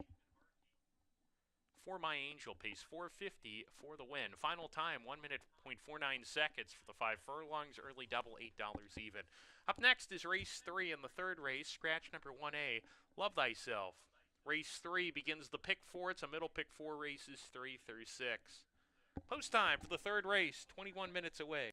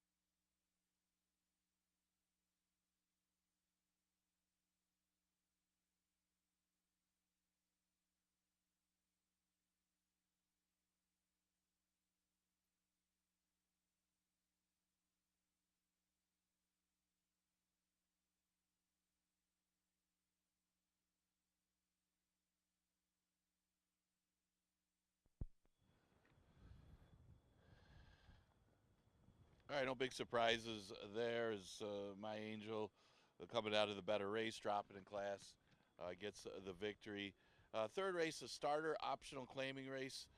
We do run the starter quite a bit throughout the year. We'll be running it short and long, and the condition is usually a claiming price of 5,000 or less, as long as you started for that price over the last couple seasons. We did get a scratch of one of the parts of the entry, the 1A Love Thyself. It looked like a strong entry to begin with. Still, with Bayou Melody, now the only remaining half of that entry, still looks pretty strong based on her last year's form. She had rattled off 4 out of 5 wins during that time, and the one time she lost was against a really tough allowance group. So, see if she could come back and keep that form. Looks like this is a field that if she was close to her form and numbers last year, she would be able to defeat. She's currently at odds of 4 to 5. The outside horse is the speed, Bustin' Roxy.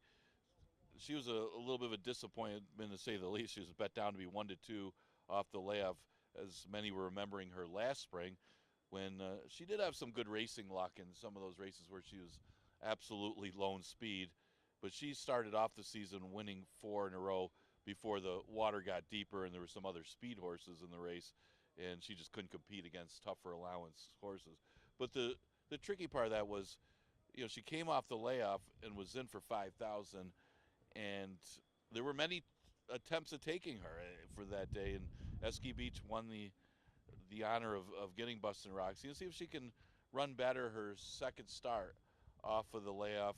Maybe there was a case of her needing one. We'll find out today. No excuses today, as she is the speed. She's at odds of 2 to 1. Hard to really love her after that last effort, though. The two is I know you ain't talking to me, who also does have some sprint speed, that she'll be out there trying to stay with Bustin' Roxy early.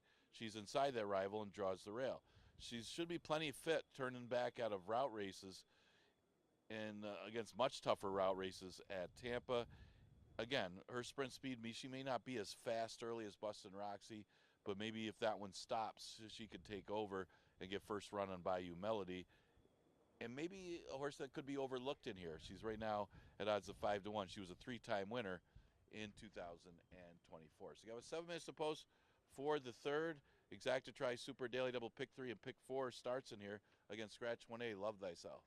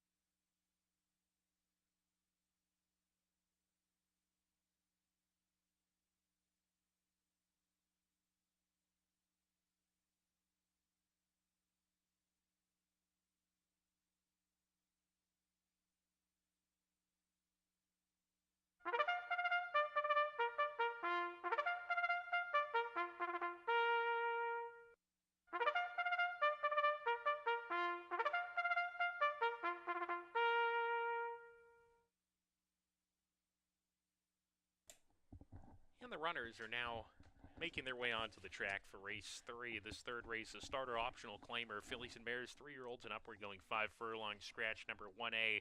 Here is the field. The remainder of the half of the entry in the race. Bayou Melody, Kevin Navarro is your jockey today. Number 1A is out. Number 2, I Know You Ain't Talking to Me, Carlos Camillo is the jockey. Number 3, Kaz Music, Michael Davila Jr. is the rider. Diva Bankers number 4, Joel Cruz, has the reins. Rounding out the field, number 5, Bustin' Roxy, Cabercoa to do the steering. 4 minutes until race number 3.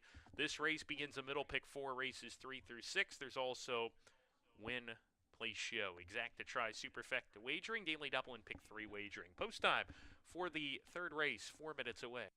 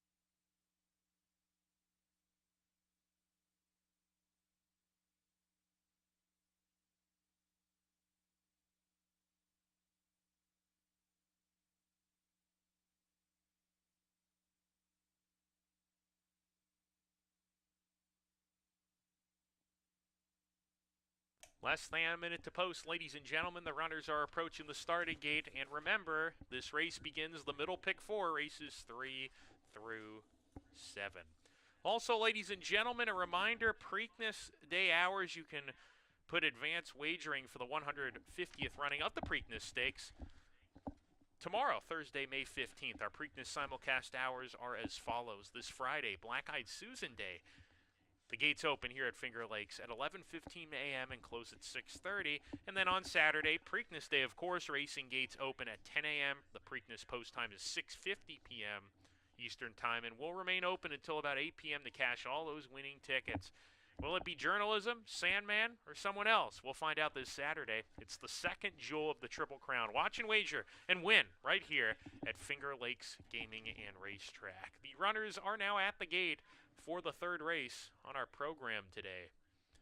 A quintet here with your big favorite, number 1, Bayou Melody. The 1A has scratched, so we're still with that half of the entry being the favorite here in this race. Bayou Melody, who will be one of the last ones to go in here. The first one to load in will be I Know You Ain't Talking to Me in the blue and green. Kaz Music goes in. Diva Banker, post position number 4, 2 back. Bayou Melody. And to the outside, Bustin' Roxy. Bustin' Roxy, 5-2. Trotting up to the gate, going in, and we're ready to go. And Leroff, good beginning for all. Bustin' Roxy, Bayou Melody from the 2 outside gates win the start.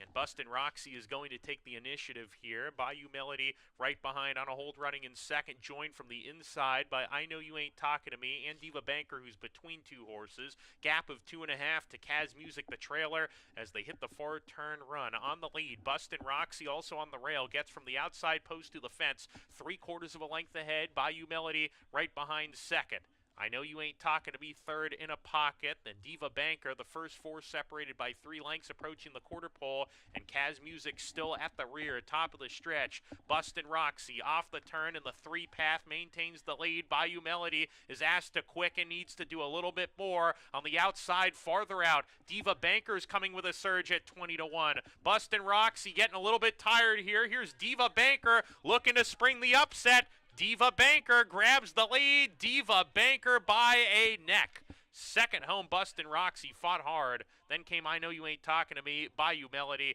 and Kaz Music.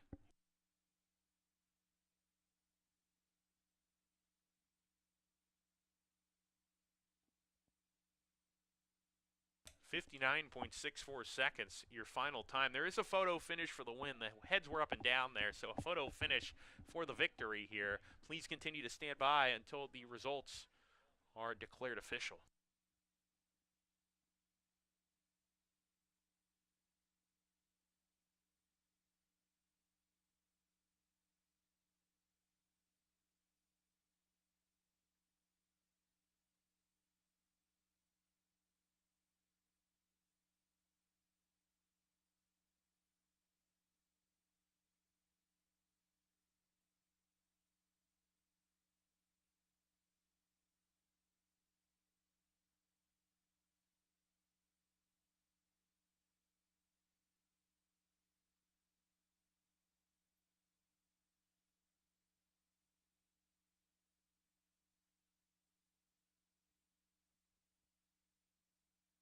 Number 4, Diva Banker first. 5, Bustin' Roxy second.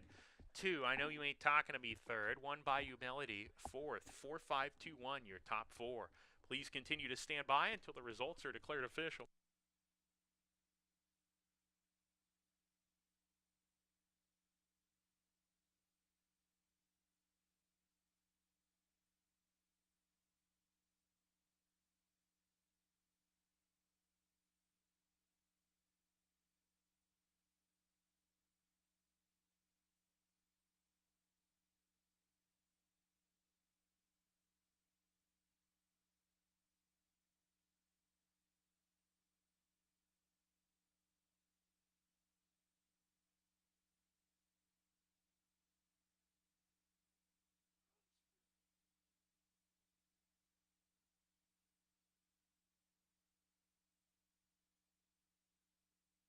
Now entering the winner's circle is number 4, Diva Banker.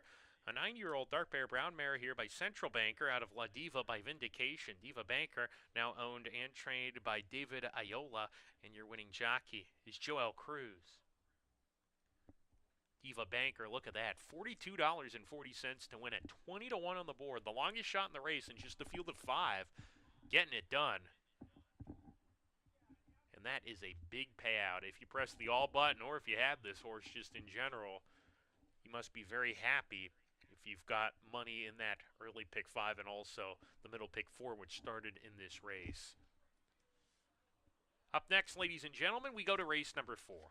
Race number 4 on the program begins the late pick 5 sequence. Make the jockey on number 1, Papa Polly P. Luis Perez. Correct the weight to 120 pounds. Race 4, a 5-furlong dash. Other than that, no scratches. And post time for race 4 is in 20 minutes.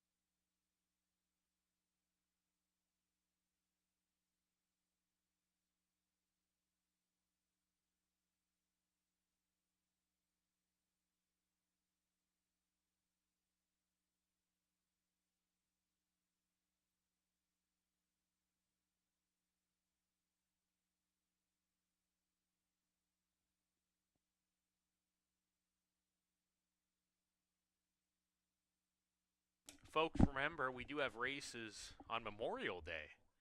And for those in attendance, everyone in attendance, you get a complimentary Finger Lakes program. Dining options, Karuba's famous chicken BBQ is back. That's right, enjoy a half chicken, buttered spuds, coleslaw, dinner roll, and that amazing garlic butter. $16 each, or 2 for just $30, located near the clubhouse entrance. And Fairport Hot's food truck is back. Feast on all your summertime favorites, located right on the track apron, serving from noon until 4:30 p.m. And your first wager is on us. That's right, it's another bet and get special. Simply wager $10, win, place, or show on any Finger Lakes race to receive a coupon good for $10 more in gaming free play that can be redeemed starting May 27th. Limit 1 redemption per Lucky North Rewards member, and members have 30 days to redeem that offer. And last but not least, it's our first stakes race of the season, the $50,000 George W. Barker Stakes for some of the top sprinters in New York State. Memorial Day at the races. First post is 1 p.m. You don't want to miss it.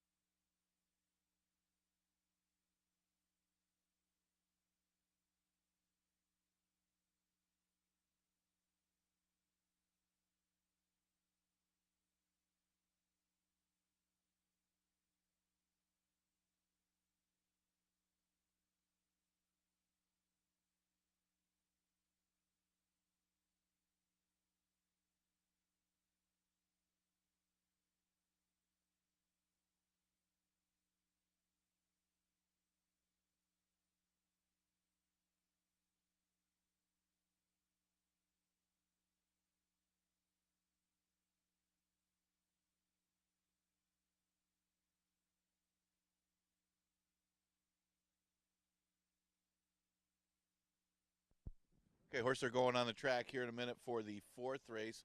Looking back at the third, big upset. Congratulations to David Iola. Good training job as that horse coming off the layoff, winning a starter allowance. Joel Cruz, who's been on fire to start the season, he was aboard for the upset victory. I mean, Diva Baker was consistently close when running against the 5s, the 11s, and even tried the starter at the end of the year.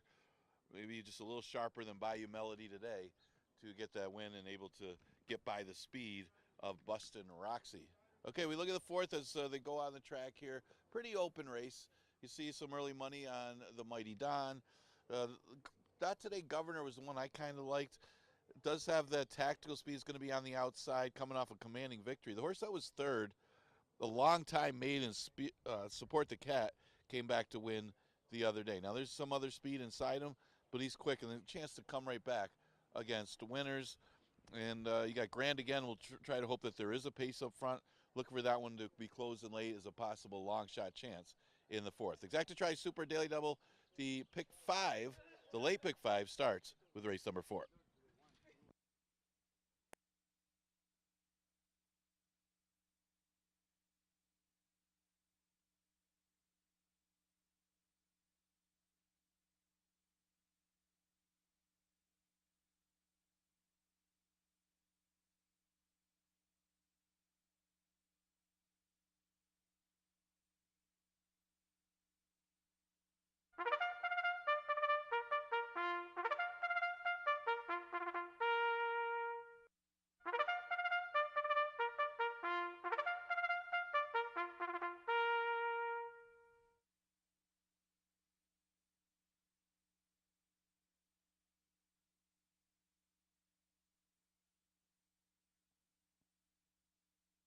And the runners are now on the track for race number 4. Here's the field. Number 1 is Papa Pauly P. Luis Perez is the jockey. Number 2, the Mighty Don. Rafael Rojina Jr. is in the saddle. Bonnie Chance, number 3. Christian Navarro up. Number 4, Grand again. Michael Davila Jr. Number 5, Five Destinations. Emmanuel Di Diego sports the green helmet. And number 6, Not Today Governor. Andre Worry, the rider. 5 minutes until race 4, the first leg of the late pick 5, races 4 through 8. The sequence, we also have Win Play Show, Exacta Trifecta, Superfecta, and Daily Double Wagering. Post time for race 4, start of that late pick 5, 4 minutes away.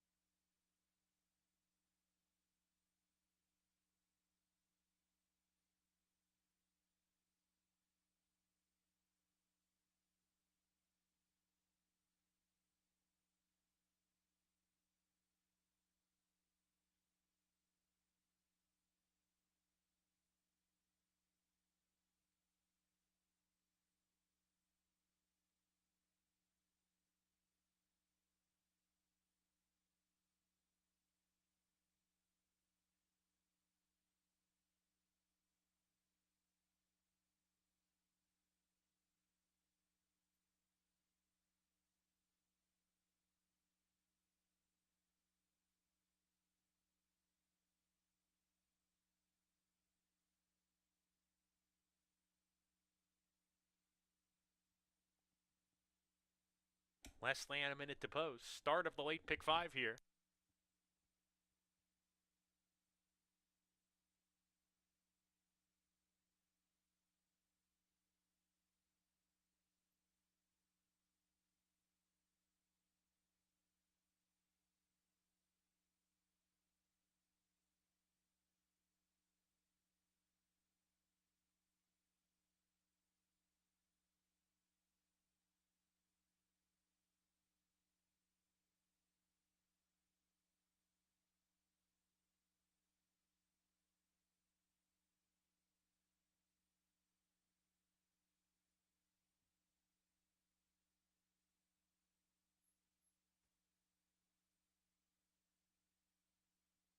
And the runners are now loading into the gate for race number 4, Papa Polly P.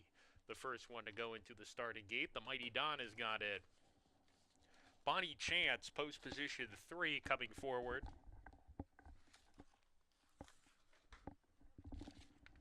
Grand again, post 4. 2 back. 5 destinations. And to the outside post, we wait on Not Today, Governor. We're ready to go. And we're off. Uneventful break. The Mighty Don put into play early. Papa Polly P from the inside post, offensive-minded. These two get acquainted on the front end. Grand again sets up shop right behind them in third. Not Today, Governor, in the 4th position early. 5 destinations is 5 lengths off the pace and a gap of 3 to Bonnie Chance, who is the trailer. A half dozen runners charge into the far turn in the first leg of the late pick 5. Papa Polly P leads the way. Just a deck, though. The Mighty Don scrubbed upon from second. Grand again has horse behind horses right now. He's down on the inside searching for racing room. Not Today, Governor, in the meantime, is going to take the outside path. The Mighty Don, the favorite, he's struggling in 4th, is losing position at the top of the stretch where Papa Polly P is still in front. Grand again on the inside trying to get there. Far outside, Not Today, Governor, and Bonnie Chance from well out of it's coming with 5 destinations. Driving finish, Bonnie Chance in tight. Tried to get through between horses, couldn't get through. 5 destinations got the run, and 5 destinations gets the win. Bonnie Chance second best, just ahead of Not Today, Governor, and then Grand again.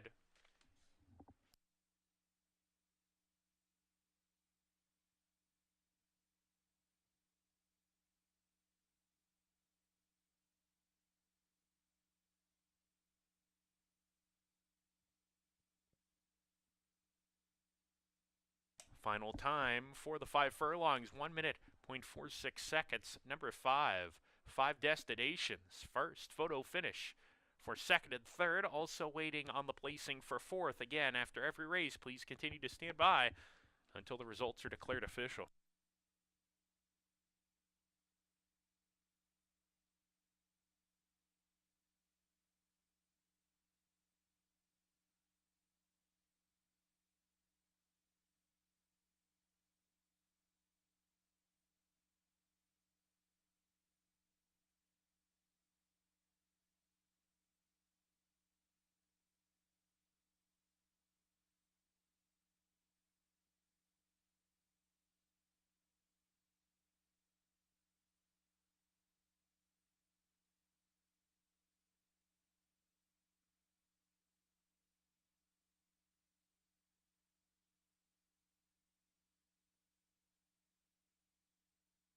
Running second was number 3, Bonnie Chance. Third, number 6, Not Today, Governor. Fourth, number 4, Grand again. 5, 3, 6, 4. Your top 4 finishers. 5, 3, 6, 4.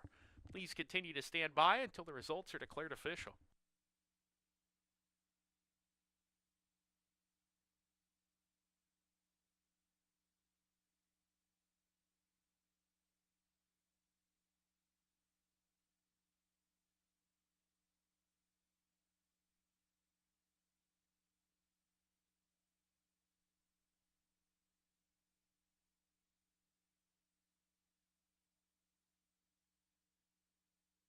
Now entering the winner's circle is number 5, 5 destinations. A 5-year-old dark bay brown gelding by Destin. Out of Cinco by City Zip. 5 destinations now owned by Peekaboo Stable and trained by James Aquilano. Your winning jockey is Emmanuel de Diego. Please continue to stand by, folks. This race still unofficial.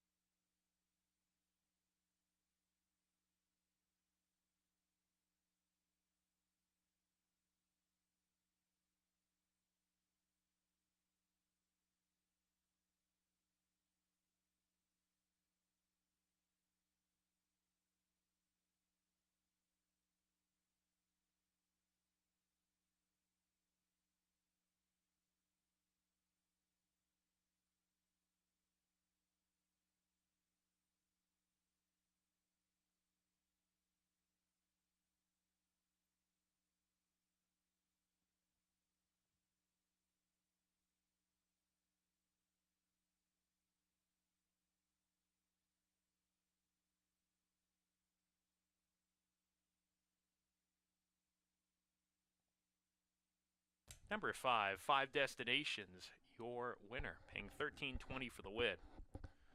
This race now official. Up next, race 5. No changes in the 5th, start of the late pick 4. 21 minutes to post for race number 5 at 3 p.m. sharp. Ladies and gentlemen, a reminder, our pasta dinner to benefit Finger Lakes Thoroughbred Adoption Program is Thursday, May 15th. That's tomorrow from 4 p.m. to 7 p.m. at the Finger Lakes Gaming and Racetrack Paddock Room. $12 per adult, $8 per child. Pre-sale tickets purchased at FLTAP Barn or at the track main office Monday through Friday. Dinner includes spaghetti, meatballs, bread, salad, a drink, and a dessert. Dine in or take out. Just go to www.fltap.org for more. For more information on pasta for the ponies, make sure to call 585-924-3232, extension 210. Again, that's 585-924-3232 with the extension 210. That's the Pasta for Ponies event tomorrow night from 4 p.m. to 7 p.m. in the Finger Lakes Gaming and Racetrack Paddock Room.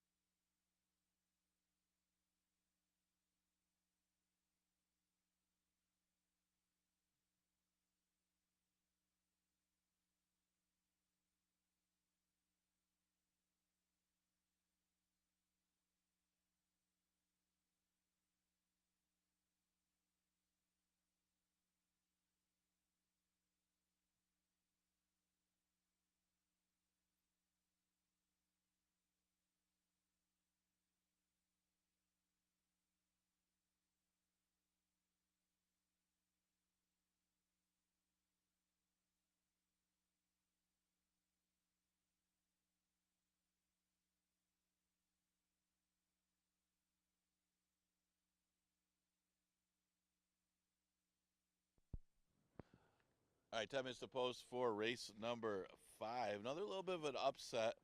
5 destinations, I guess it was 5-2 morning line, but a lot of play on the Mighty Don. Don't know where that money was coming from. That horse ended up a big favorite for whatever reason.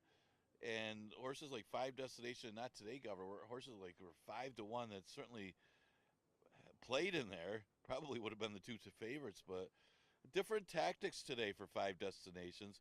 Was able to sit off as that race did fall apart. The 2 closers, 5 destinations was a closer today, changing tactics, and Bonnie Chance, the other closer, were the ones that ran 1-2 with the speed backing up. That was the Barber Emmanuel DiDiego winning for Jim Aquilano.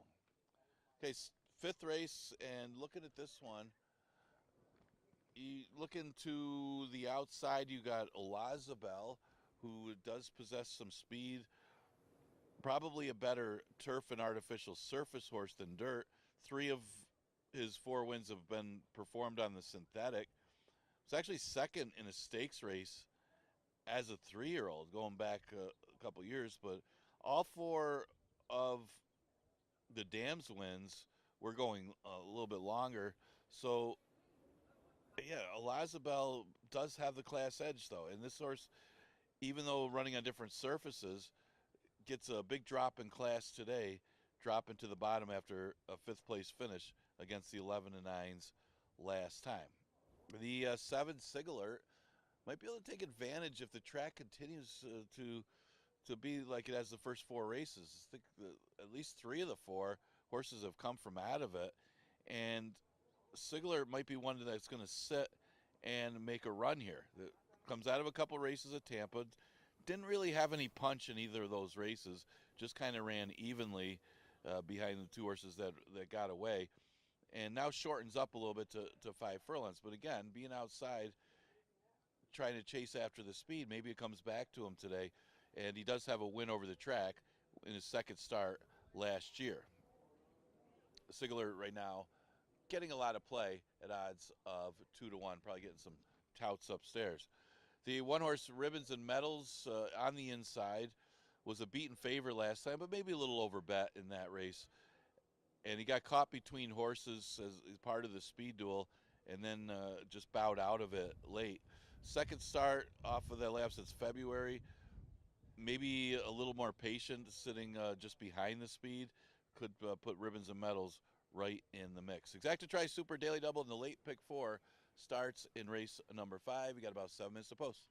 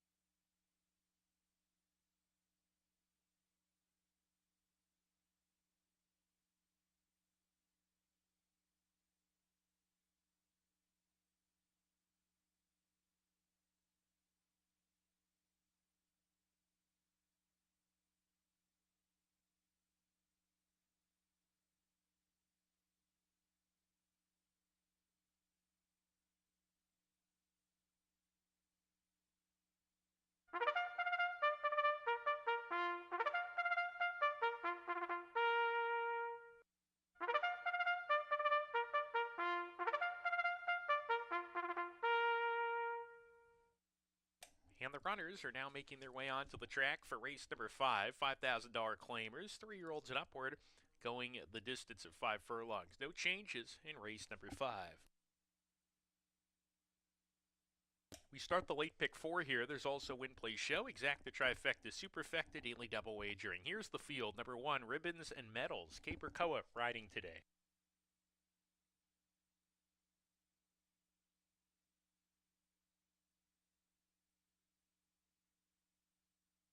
Number 3 is Smokin' Alone.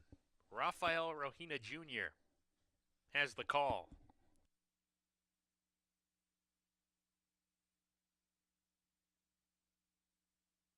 Number 4, Mortgage Rate. Emmanuel DiDiego with the ride.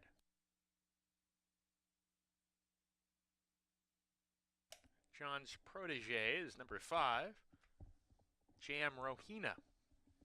the Jackie. Olazabal is number 6. Joel Cruz is in the irons. Number 7, Sig Alert. Andre Worry, the jockey. And there's one more. Number 2, Gonna Be Dancing, currently warming up on the first turn. Jackie Davis is your rider. 4 minutes until race 5. Again, race 5 starts the late pick 4. Good luck.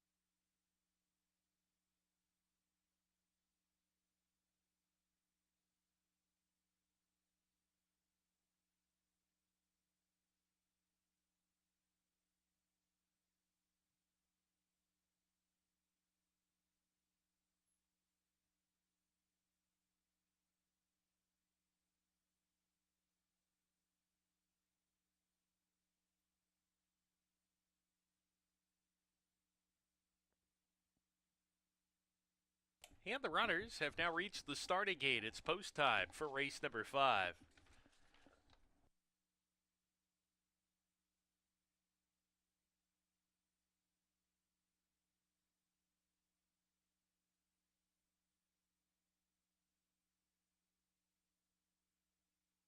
Ribbons and Medals, the first one to go into the gate.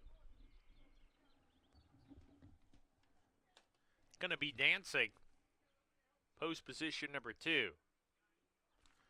Smoking Alone in the orange.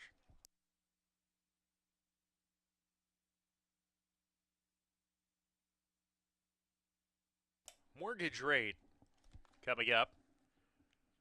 Mortgage Rate at 24 to 1 high odds. Similar to the mortgage rates currently across the U.S. John's Protege, post position number 5. Olazabal. And to the outside post, Sig Alert. Rounding out the field of 7. Goes right in. We're ready to go.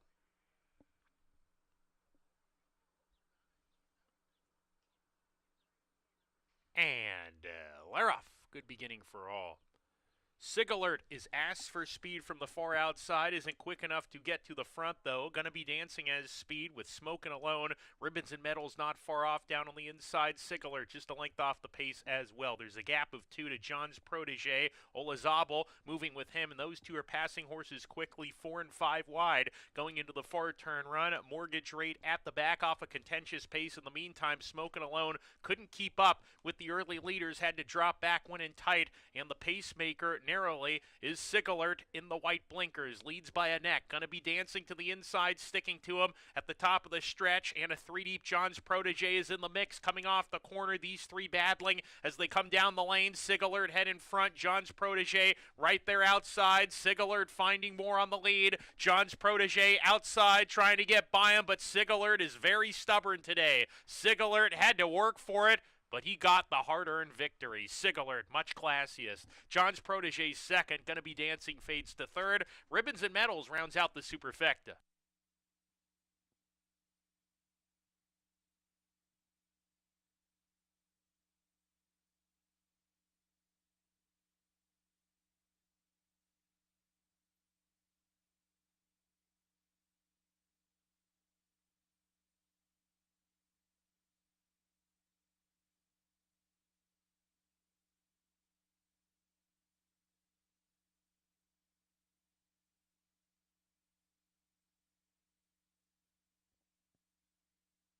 Number 7, Sig Alert was first. 5, John's Protege second. 2, Gonna Be Dancing third.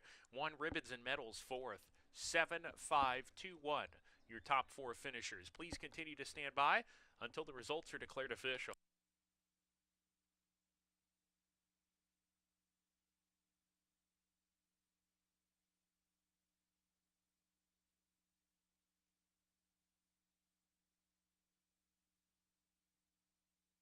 Final time, 58.98 seconds.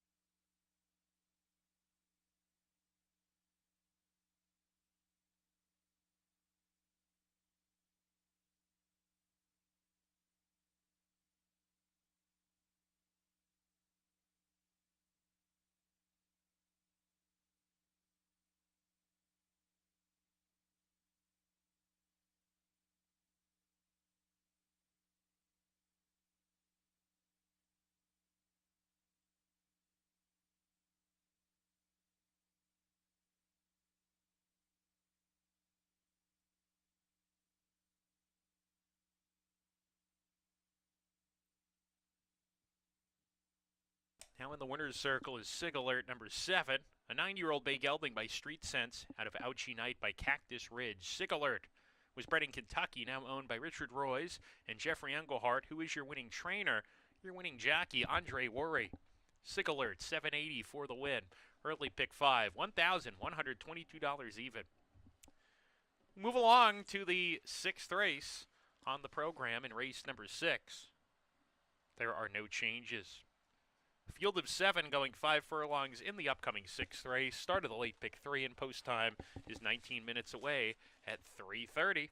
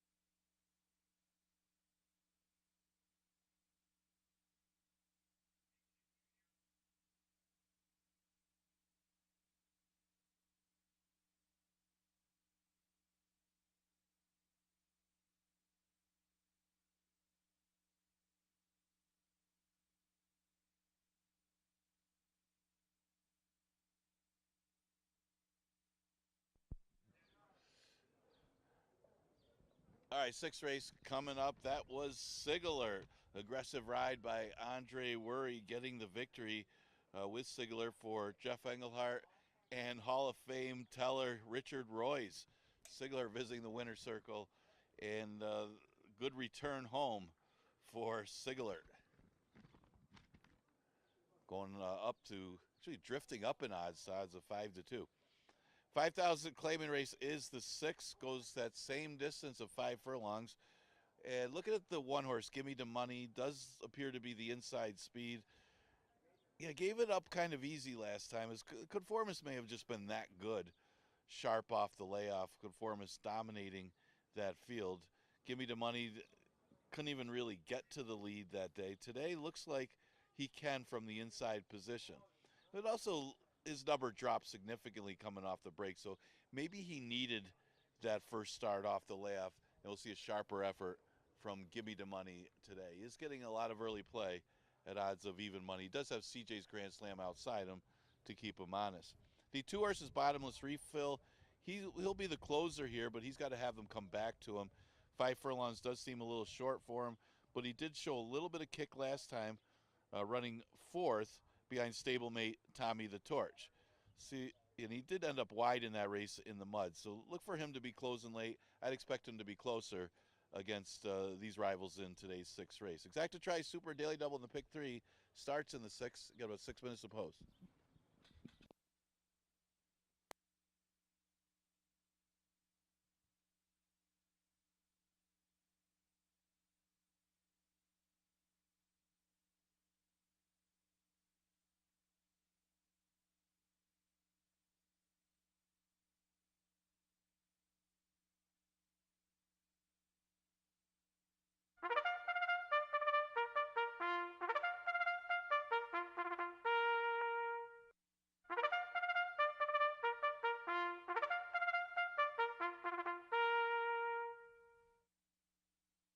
Runners about to step foot on the course for race 6, $5,000 claimers, 3-year-olds it up, going 5 furlongs. A field of 7, no changes here, and here is the field.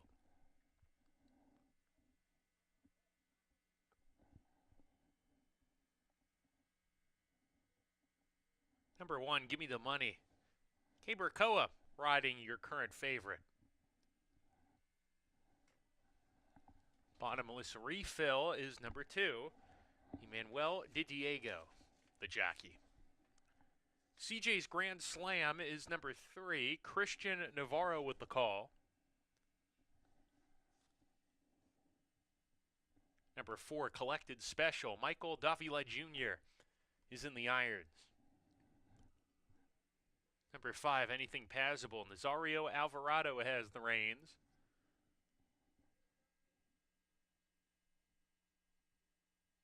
Number 6, Bench Walk. Jackie Davis, your pilot. Rounding out the field is number 7, Central Love. Luis Pena aboard. 4 minutes until race 6, start of the late pick 3. There's also Win Play Show, Exacta Trifecta, Superfecta Daily Double Wagering. 4 minutes away from post time. Ladies and gentlemen, just a reminder, next week's live racing schedule, Monday and Wednesday. Finger Lakes Gaming and Racetrack has canceled Tuesday's program, so we are going to have 2 racing days next week on Monday and Wednesday.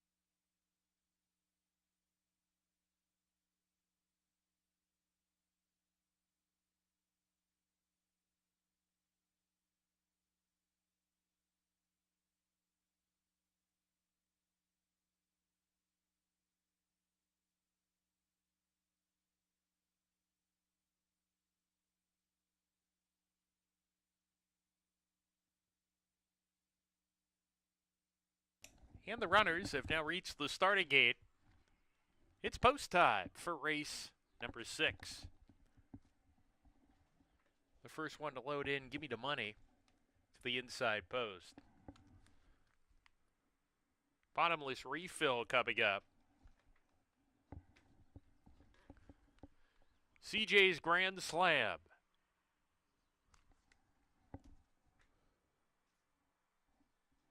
Collected Special coming up. Collected Special goes in. Anything Passable next forward. 2 back. Bench Walk. Central Love to the outside.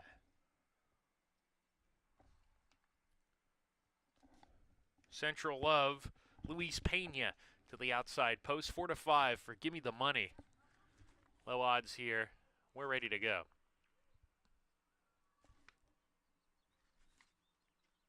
And we're off. Good start for all. CJ's Grand Slam on the lead today with Collected Special.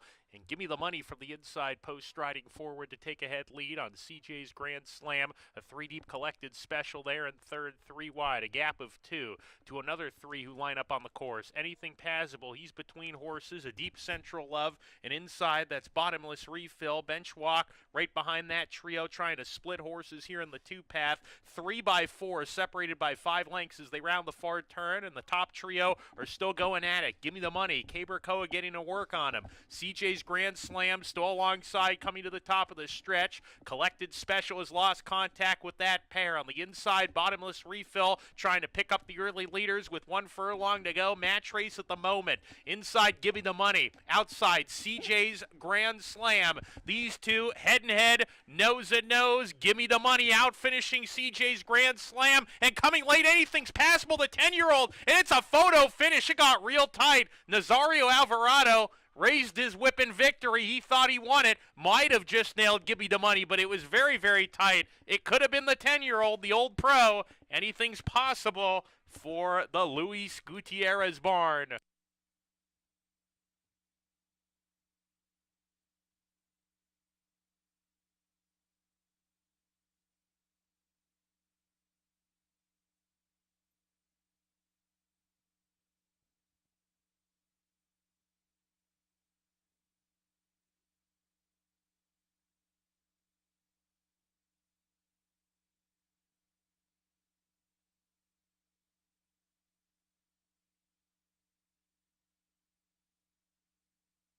Very tight photo finish. Looked like the outside horse had the momentum, though. 59.67 seconds, your top 5 furlong marker there.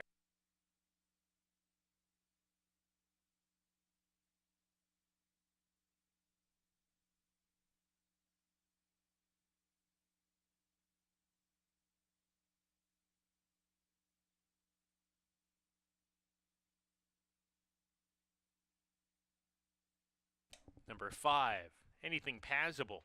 First, 1, Gimme the Money. Second, 2, Bottomless Refill. Third, 3, CJ's Grand Slam. Fourth, 5, 1, 2, 3. Your top 4, 5, 1, 2, 3.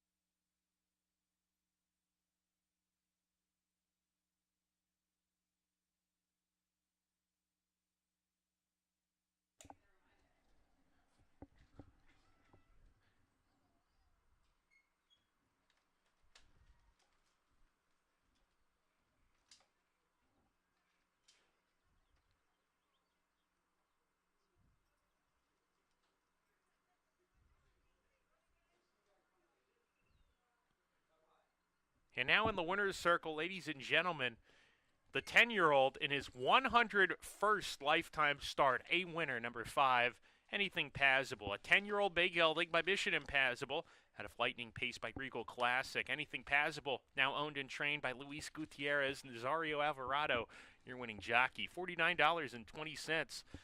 That win payout in an upset here. Middle pick 4, $2,393.25. Lake's live long shot. Anything passable, getting the money there. Well done, Lake. Up next, race 7. In the 7th race, scratch number 6, Emerald Forest. Post time for the 7th race coming up in 20 minutes.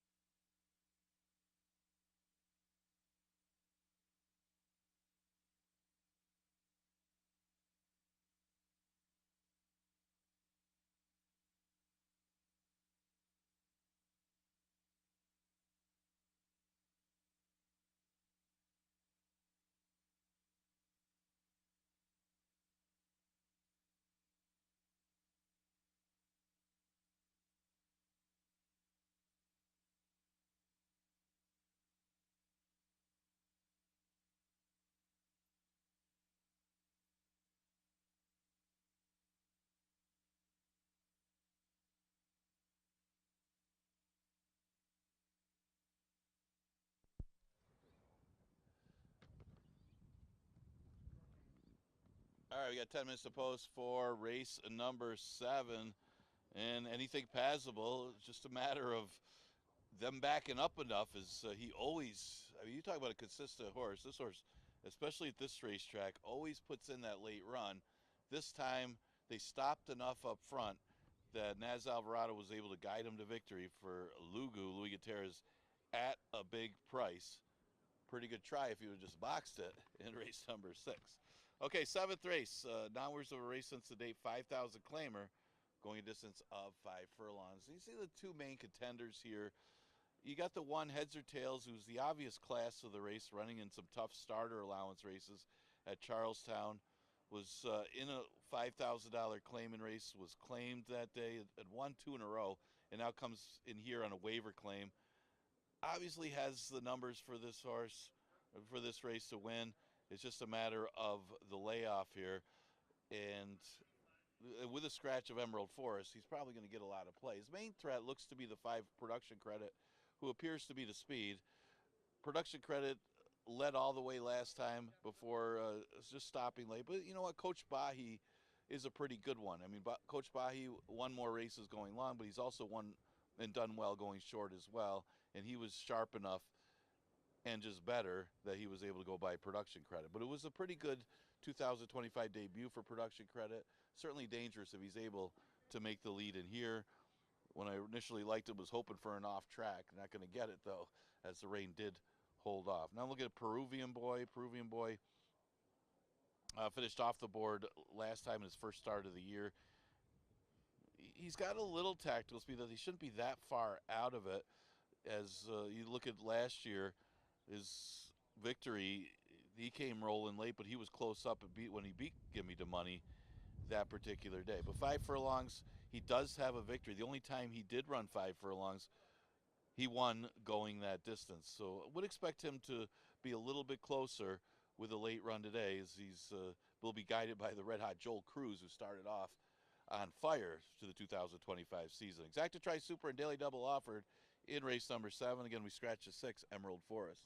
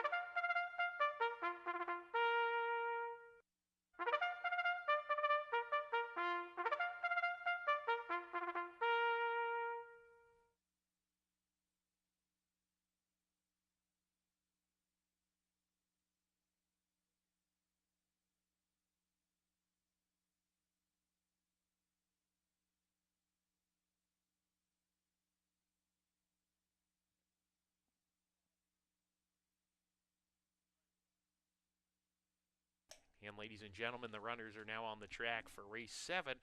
$5,000 claimers here, scratch number 6. Here's the field. Number 1, heads or tails, J.M. Rohina, the jockey. Number 2, captain of my heart, Jackie Davis, has the call today.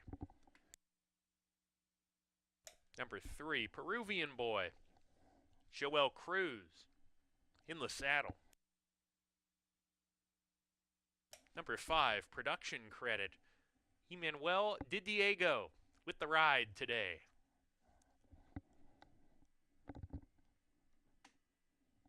Number 7, Smooth Tails, John Barrios, aboard. And on the first turn, warming up, is number 4, Escape Mission, with Michael Davila Jr. Start of the late daily double. That's race 7 coming up here. A half dozen runners to go 5 furlongs. 4 minutes until race 7.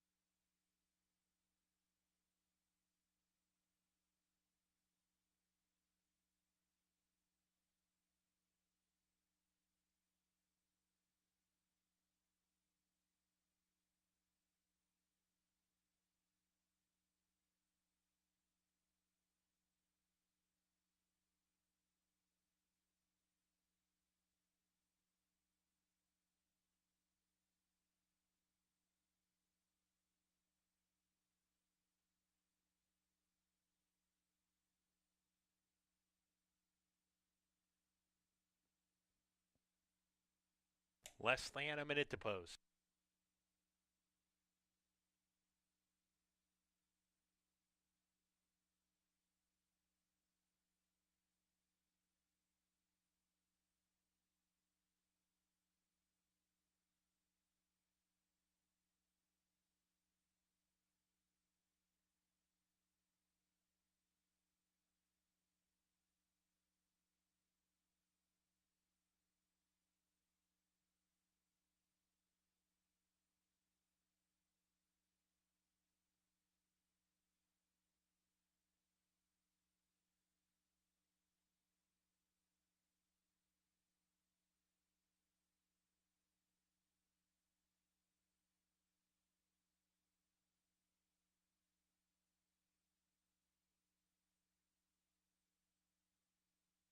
And the runners have now reached the starting gate. It's post time.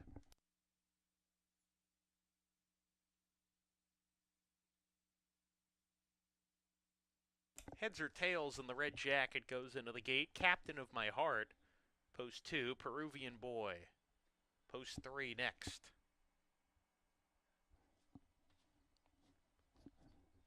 Escape Mission, the gray horse. Production Credit, post 5.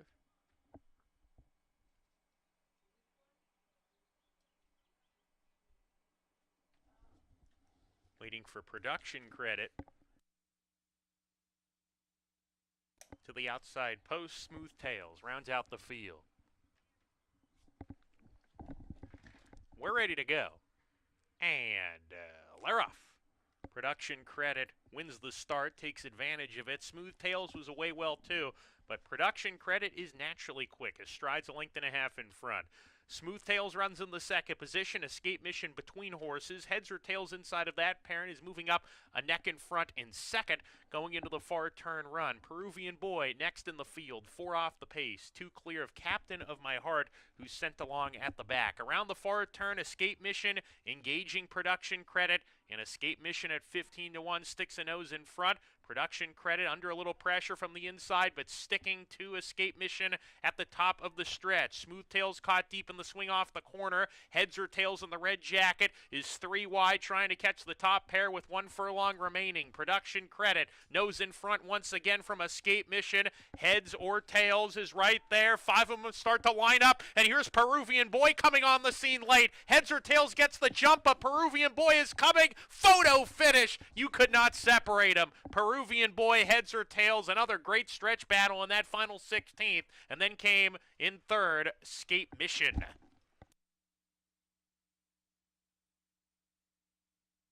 That's a photo finish. Way too tight to call there. Final time for 5 furlongs, 1 minute, 0.20 seconds. Please continue to stand by until the results are declared official.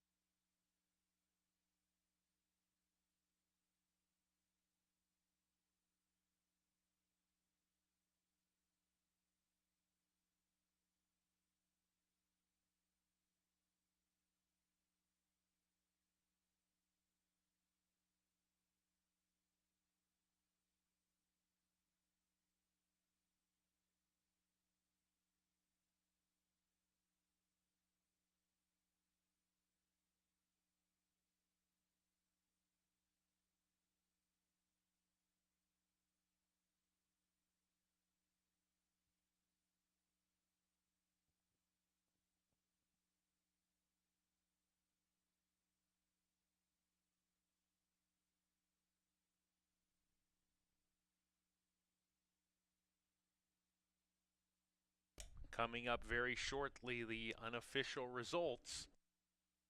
Number 3, Peruvian Boy, got it, was first. 1, Heads or Tails second. 4, Escape Mission third. 7, Smooth Tails fourth. 3, 1, 4, 7, your top 4.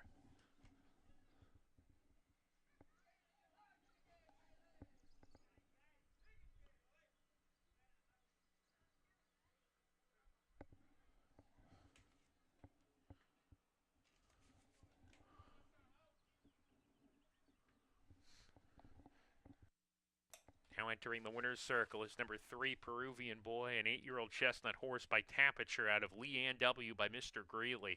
Peruvian Boy, now owned by Luann Bianchi and trained by Caitlin Gutterson. Your winning jockey, Joel Cruz. Peruvian Boy, your winner at 11-1. Good payouts today here at the Lakes. This race now official. Peruvian Boy, $24 for the win. And the nightcap is race number 8. In the finale, the last race today, scratch number 3, Hot Rod Lincoln.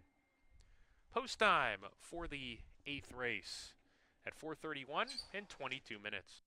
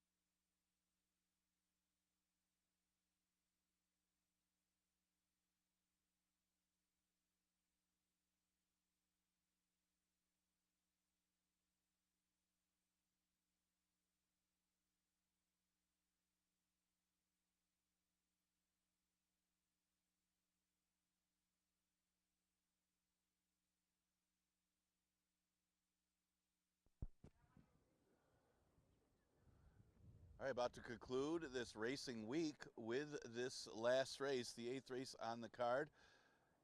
Just a reminder, we are continuing live racing Monday through Wednesday next week. We did cancel Tuesday's card, so Monday and Wednesday are going to be the 2 days we run live next week. We will be dark the remainder of this week as we're just getting into this 2025 season. Pretty good finish to the 7th race. Caitlin Gutterson off to a pretty good start.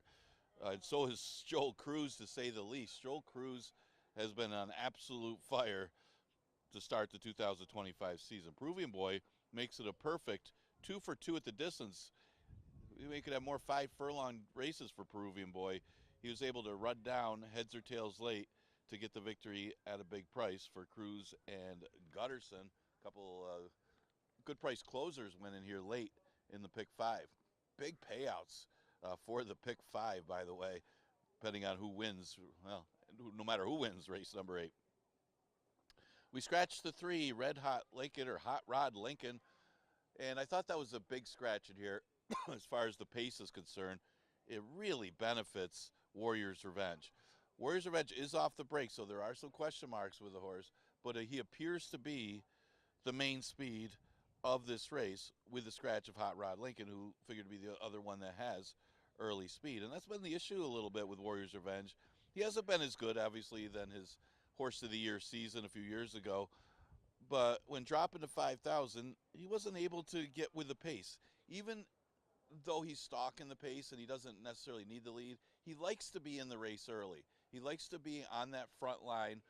When he was winning back a couple years ago and winning Horse of the Year and winning all those races, he was usually in the race early amongst the early speed. Well, you got a race now that doesn't have any early speed, that Warrior's Revenge should provide the pace in here. He's actually a really big price in here at odds of 5 to 2. I don't think he'll stay at that price. Reckless Price getting some place inside him coming from Parks. That one does have some good, decent form as he's hitting the top 4. Omari Williams already winning a couple races this year. The 6 Pot of Gold, more of a closer. It just doesn't have anything to close on here. I thought he was more of a trifecta player. I used him second in here. Just a matter of him backing up. Now, they are closing today in a lot of the races. We've seen horses come from out of it, but this is a race that just doesn't have early pace. So he's going to have to just close and just be the best if he's going to get there. But at least he showed signs that he could run at these shorter distances and make that one run if he's within range, because he wasn't that badly beaten last time. The 4 is Max Foster. He might not be that far behind Warrior's Revenge early. He would have really benefited if we got some more rain today, as this horse, as all 3 of his career wins, performed on off tracks. They tried him going long last year. He couldn't go long, and when he turned back at distance, he saw that his form came back, and he was hitting the board at some decent prices. He continued to do so. He hasn't been worse than 3rd over the last 3 starts, even going back to last year. And his first start of the year was actually pretty good. He did encounter some trouble, but he was no match for Conformis. Give him another chance. David Iola ready with a win today earlier on the card. So that's some of the contenders for the finale, the last race on this Wednesday card and of the racing week. Again, no live racing the rest of the week. We are dark, but we are open for simulcast wagering, including we got all the action from Pimlico, simulcast wagering of the Black Eyed Susan and the entire card on Friday. And also on Saturday, got the Pimlico card as well as other tracks, including the Preakness Stakes. Best place to watch all the action is right here at Finger Lakes when we have the simulcast wagering. Then our next live day, of course, will be Monday with a 1 o'clock first post.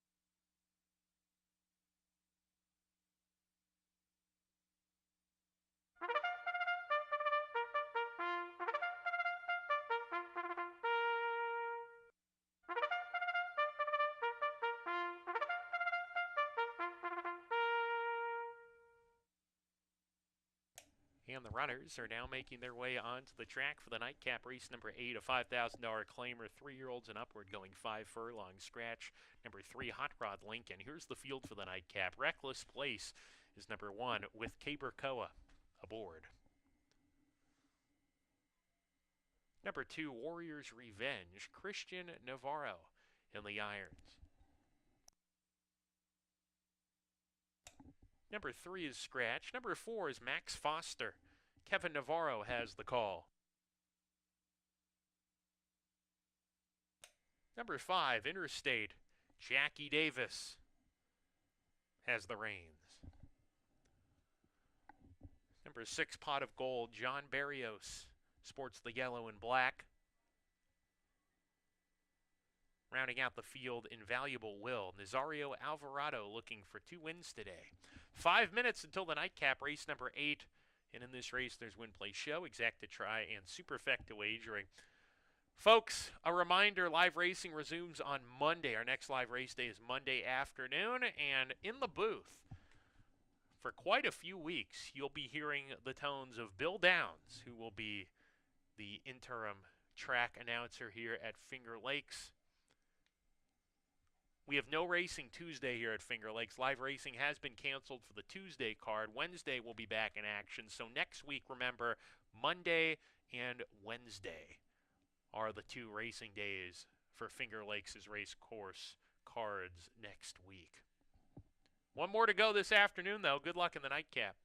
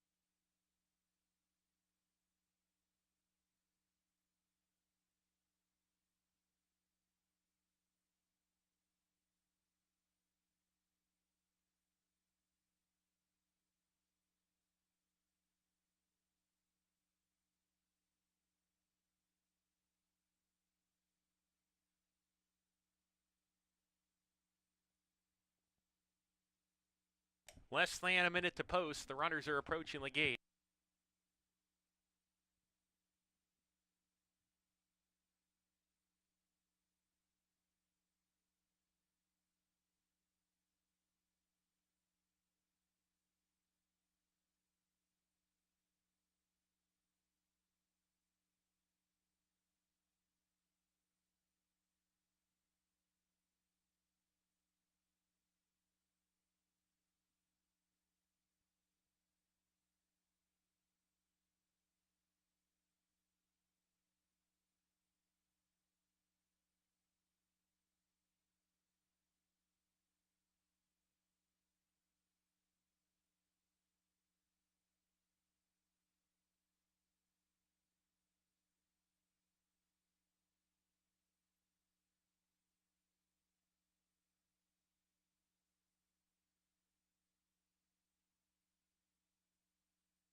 And the runners have now reached the starting gate for the nightcap.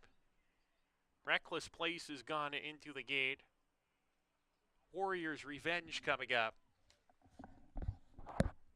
Max Foster, post position 4.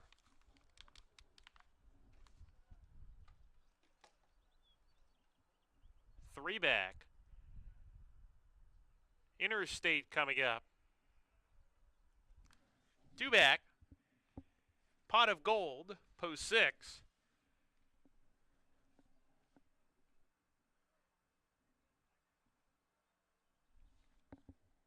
Invaluable Will to the outside post. Good luck in the nightcap, folks. We're ready to go. That's Warriors Revenge stirred up in the gate. The rider hopped off. Christian Navarro. The 6-5 favorite, Warriors Revenge.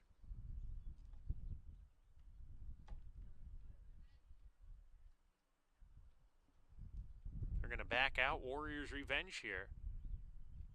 The others still in the gate.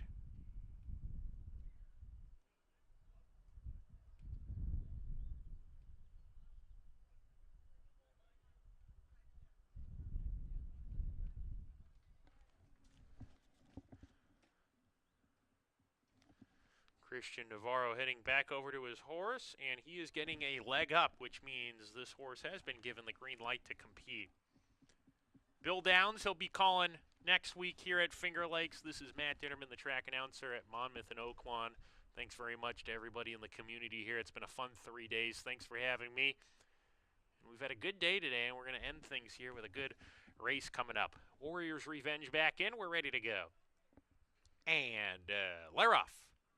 Reckless Place was slow to go from the inside post. Warriors Revenge prominent on the lead today with Max Foster. Interstate is sent hard, and Probable Will is deep on the course, advancing position to challenge the front runners as they approach the four-turn run. Reckless Place, second to last early, gap of 2 to the trailer, Pot of Gold as they go into the far turn. Invaluable Will, the pacemaker with 3 furlongs to go, is cleared off, gets to the fence, accelerates, leads by 2. Max Foster following his move in the 3-path, taking the second position away from Warriors Revenge, who's backpedaling in the wrong direction, needs to turn it around to win it. They're off the turn. Invaluable Will still clear on the lead, and the margin is 3 lengths. Max Foster is second with Reckless Place. Warriors Revenge, it was not his day today. 1 furlong remaining on this Wednesday. Invaluable Will is clear. 4 lengths with a 16th to go. And Nazario Alvarado's got 2 on the card. Invaluable Will to win the nightcap. Max Foster was second. Reckless Place third. Pot of Gold fourth in the finale.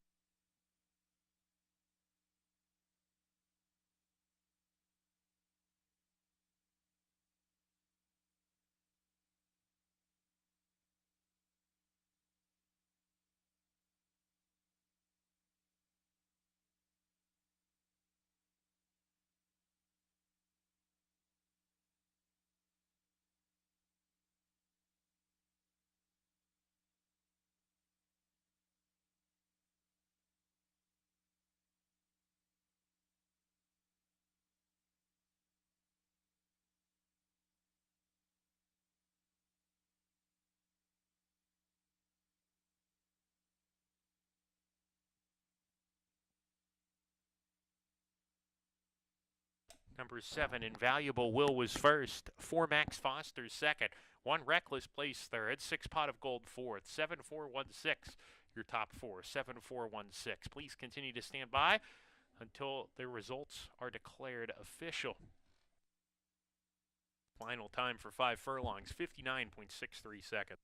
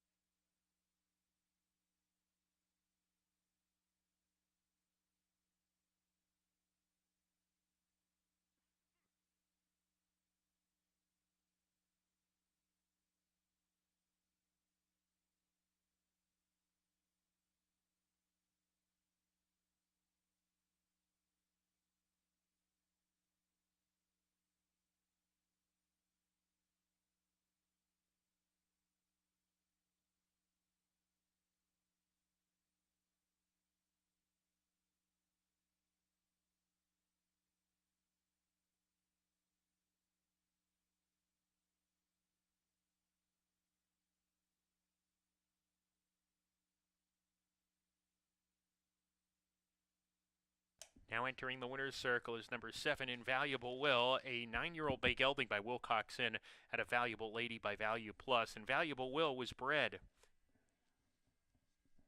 in New York, now owned by Deborah Breed, who also trains your winning jockey, Nazario Alvarado. That's 2 wins for Nazario Alvarado today. Invaluable Will pays $13.80 for the win. Pick 5, $28,194.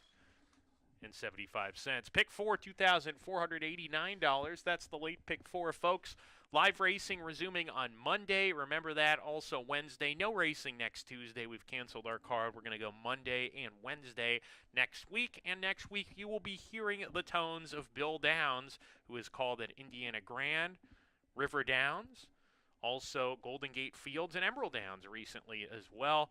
You'll be hearing Bill next week on the microphone. Your backup announcer, at least your fill-in announcer for this week, Matt Ditterman signing off. Thank you all very much, and we hope you've had a great time watching and wagering on Finger Lakes Gaming and Racetrack today. Until next time, may your dreams be winning ones, and may those dreams come true. Keep living the dream, folks.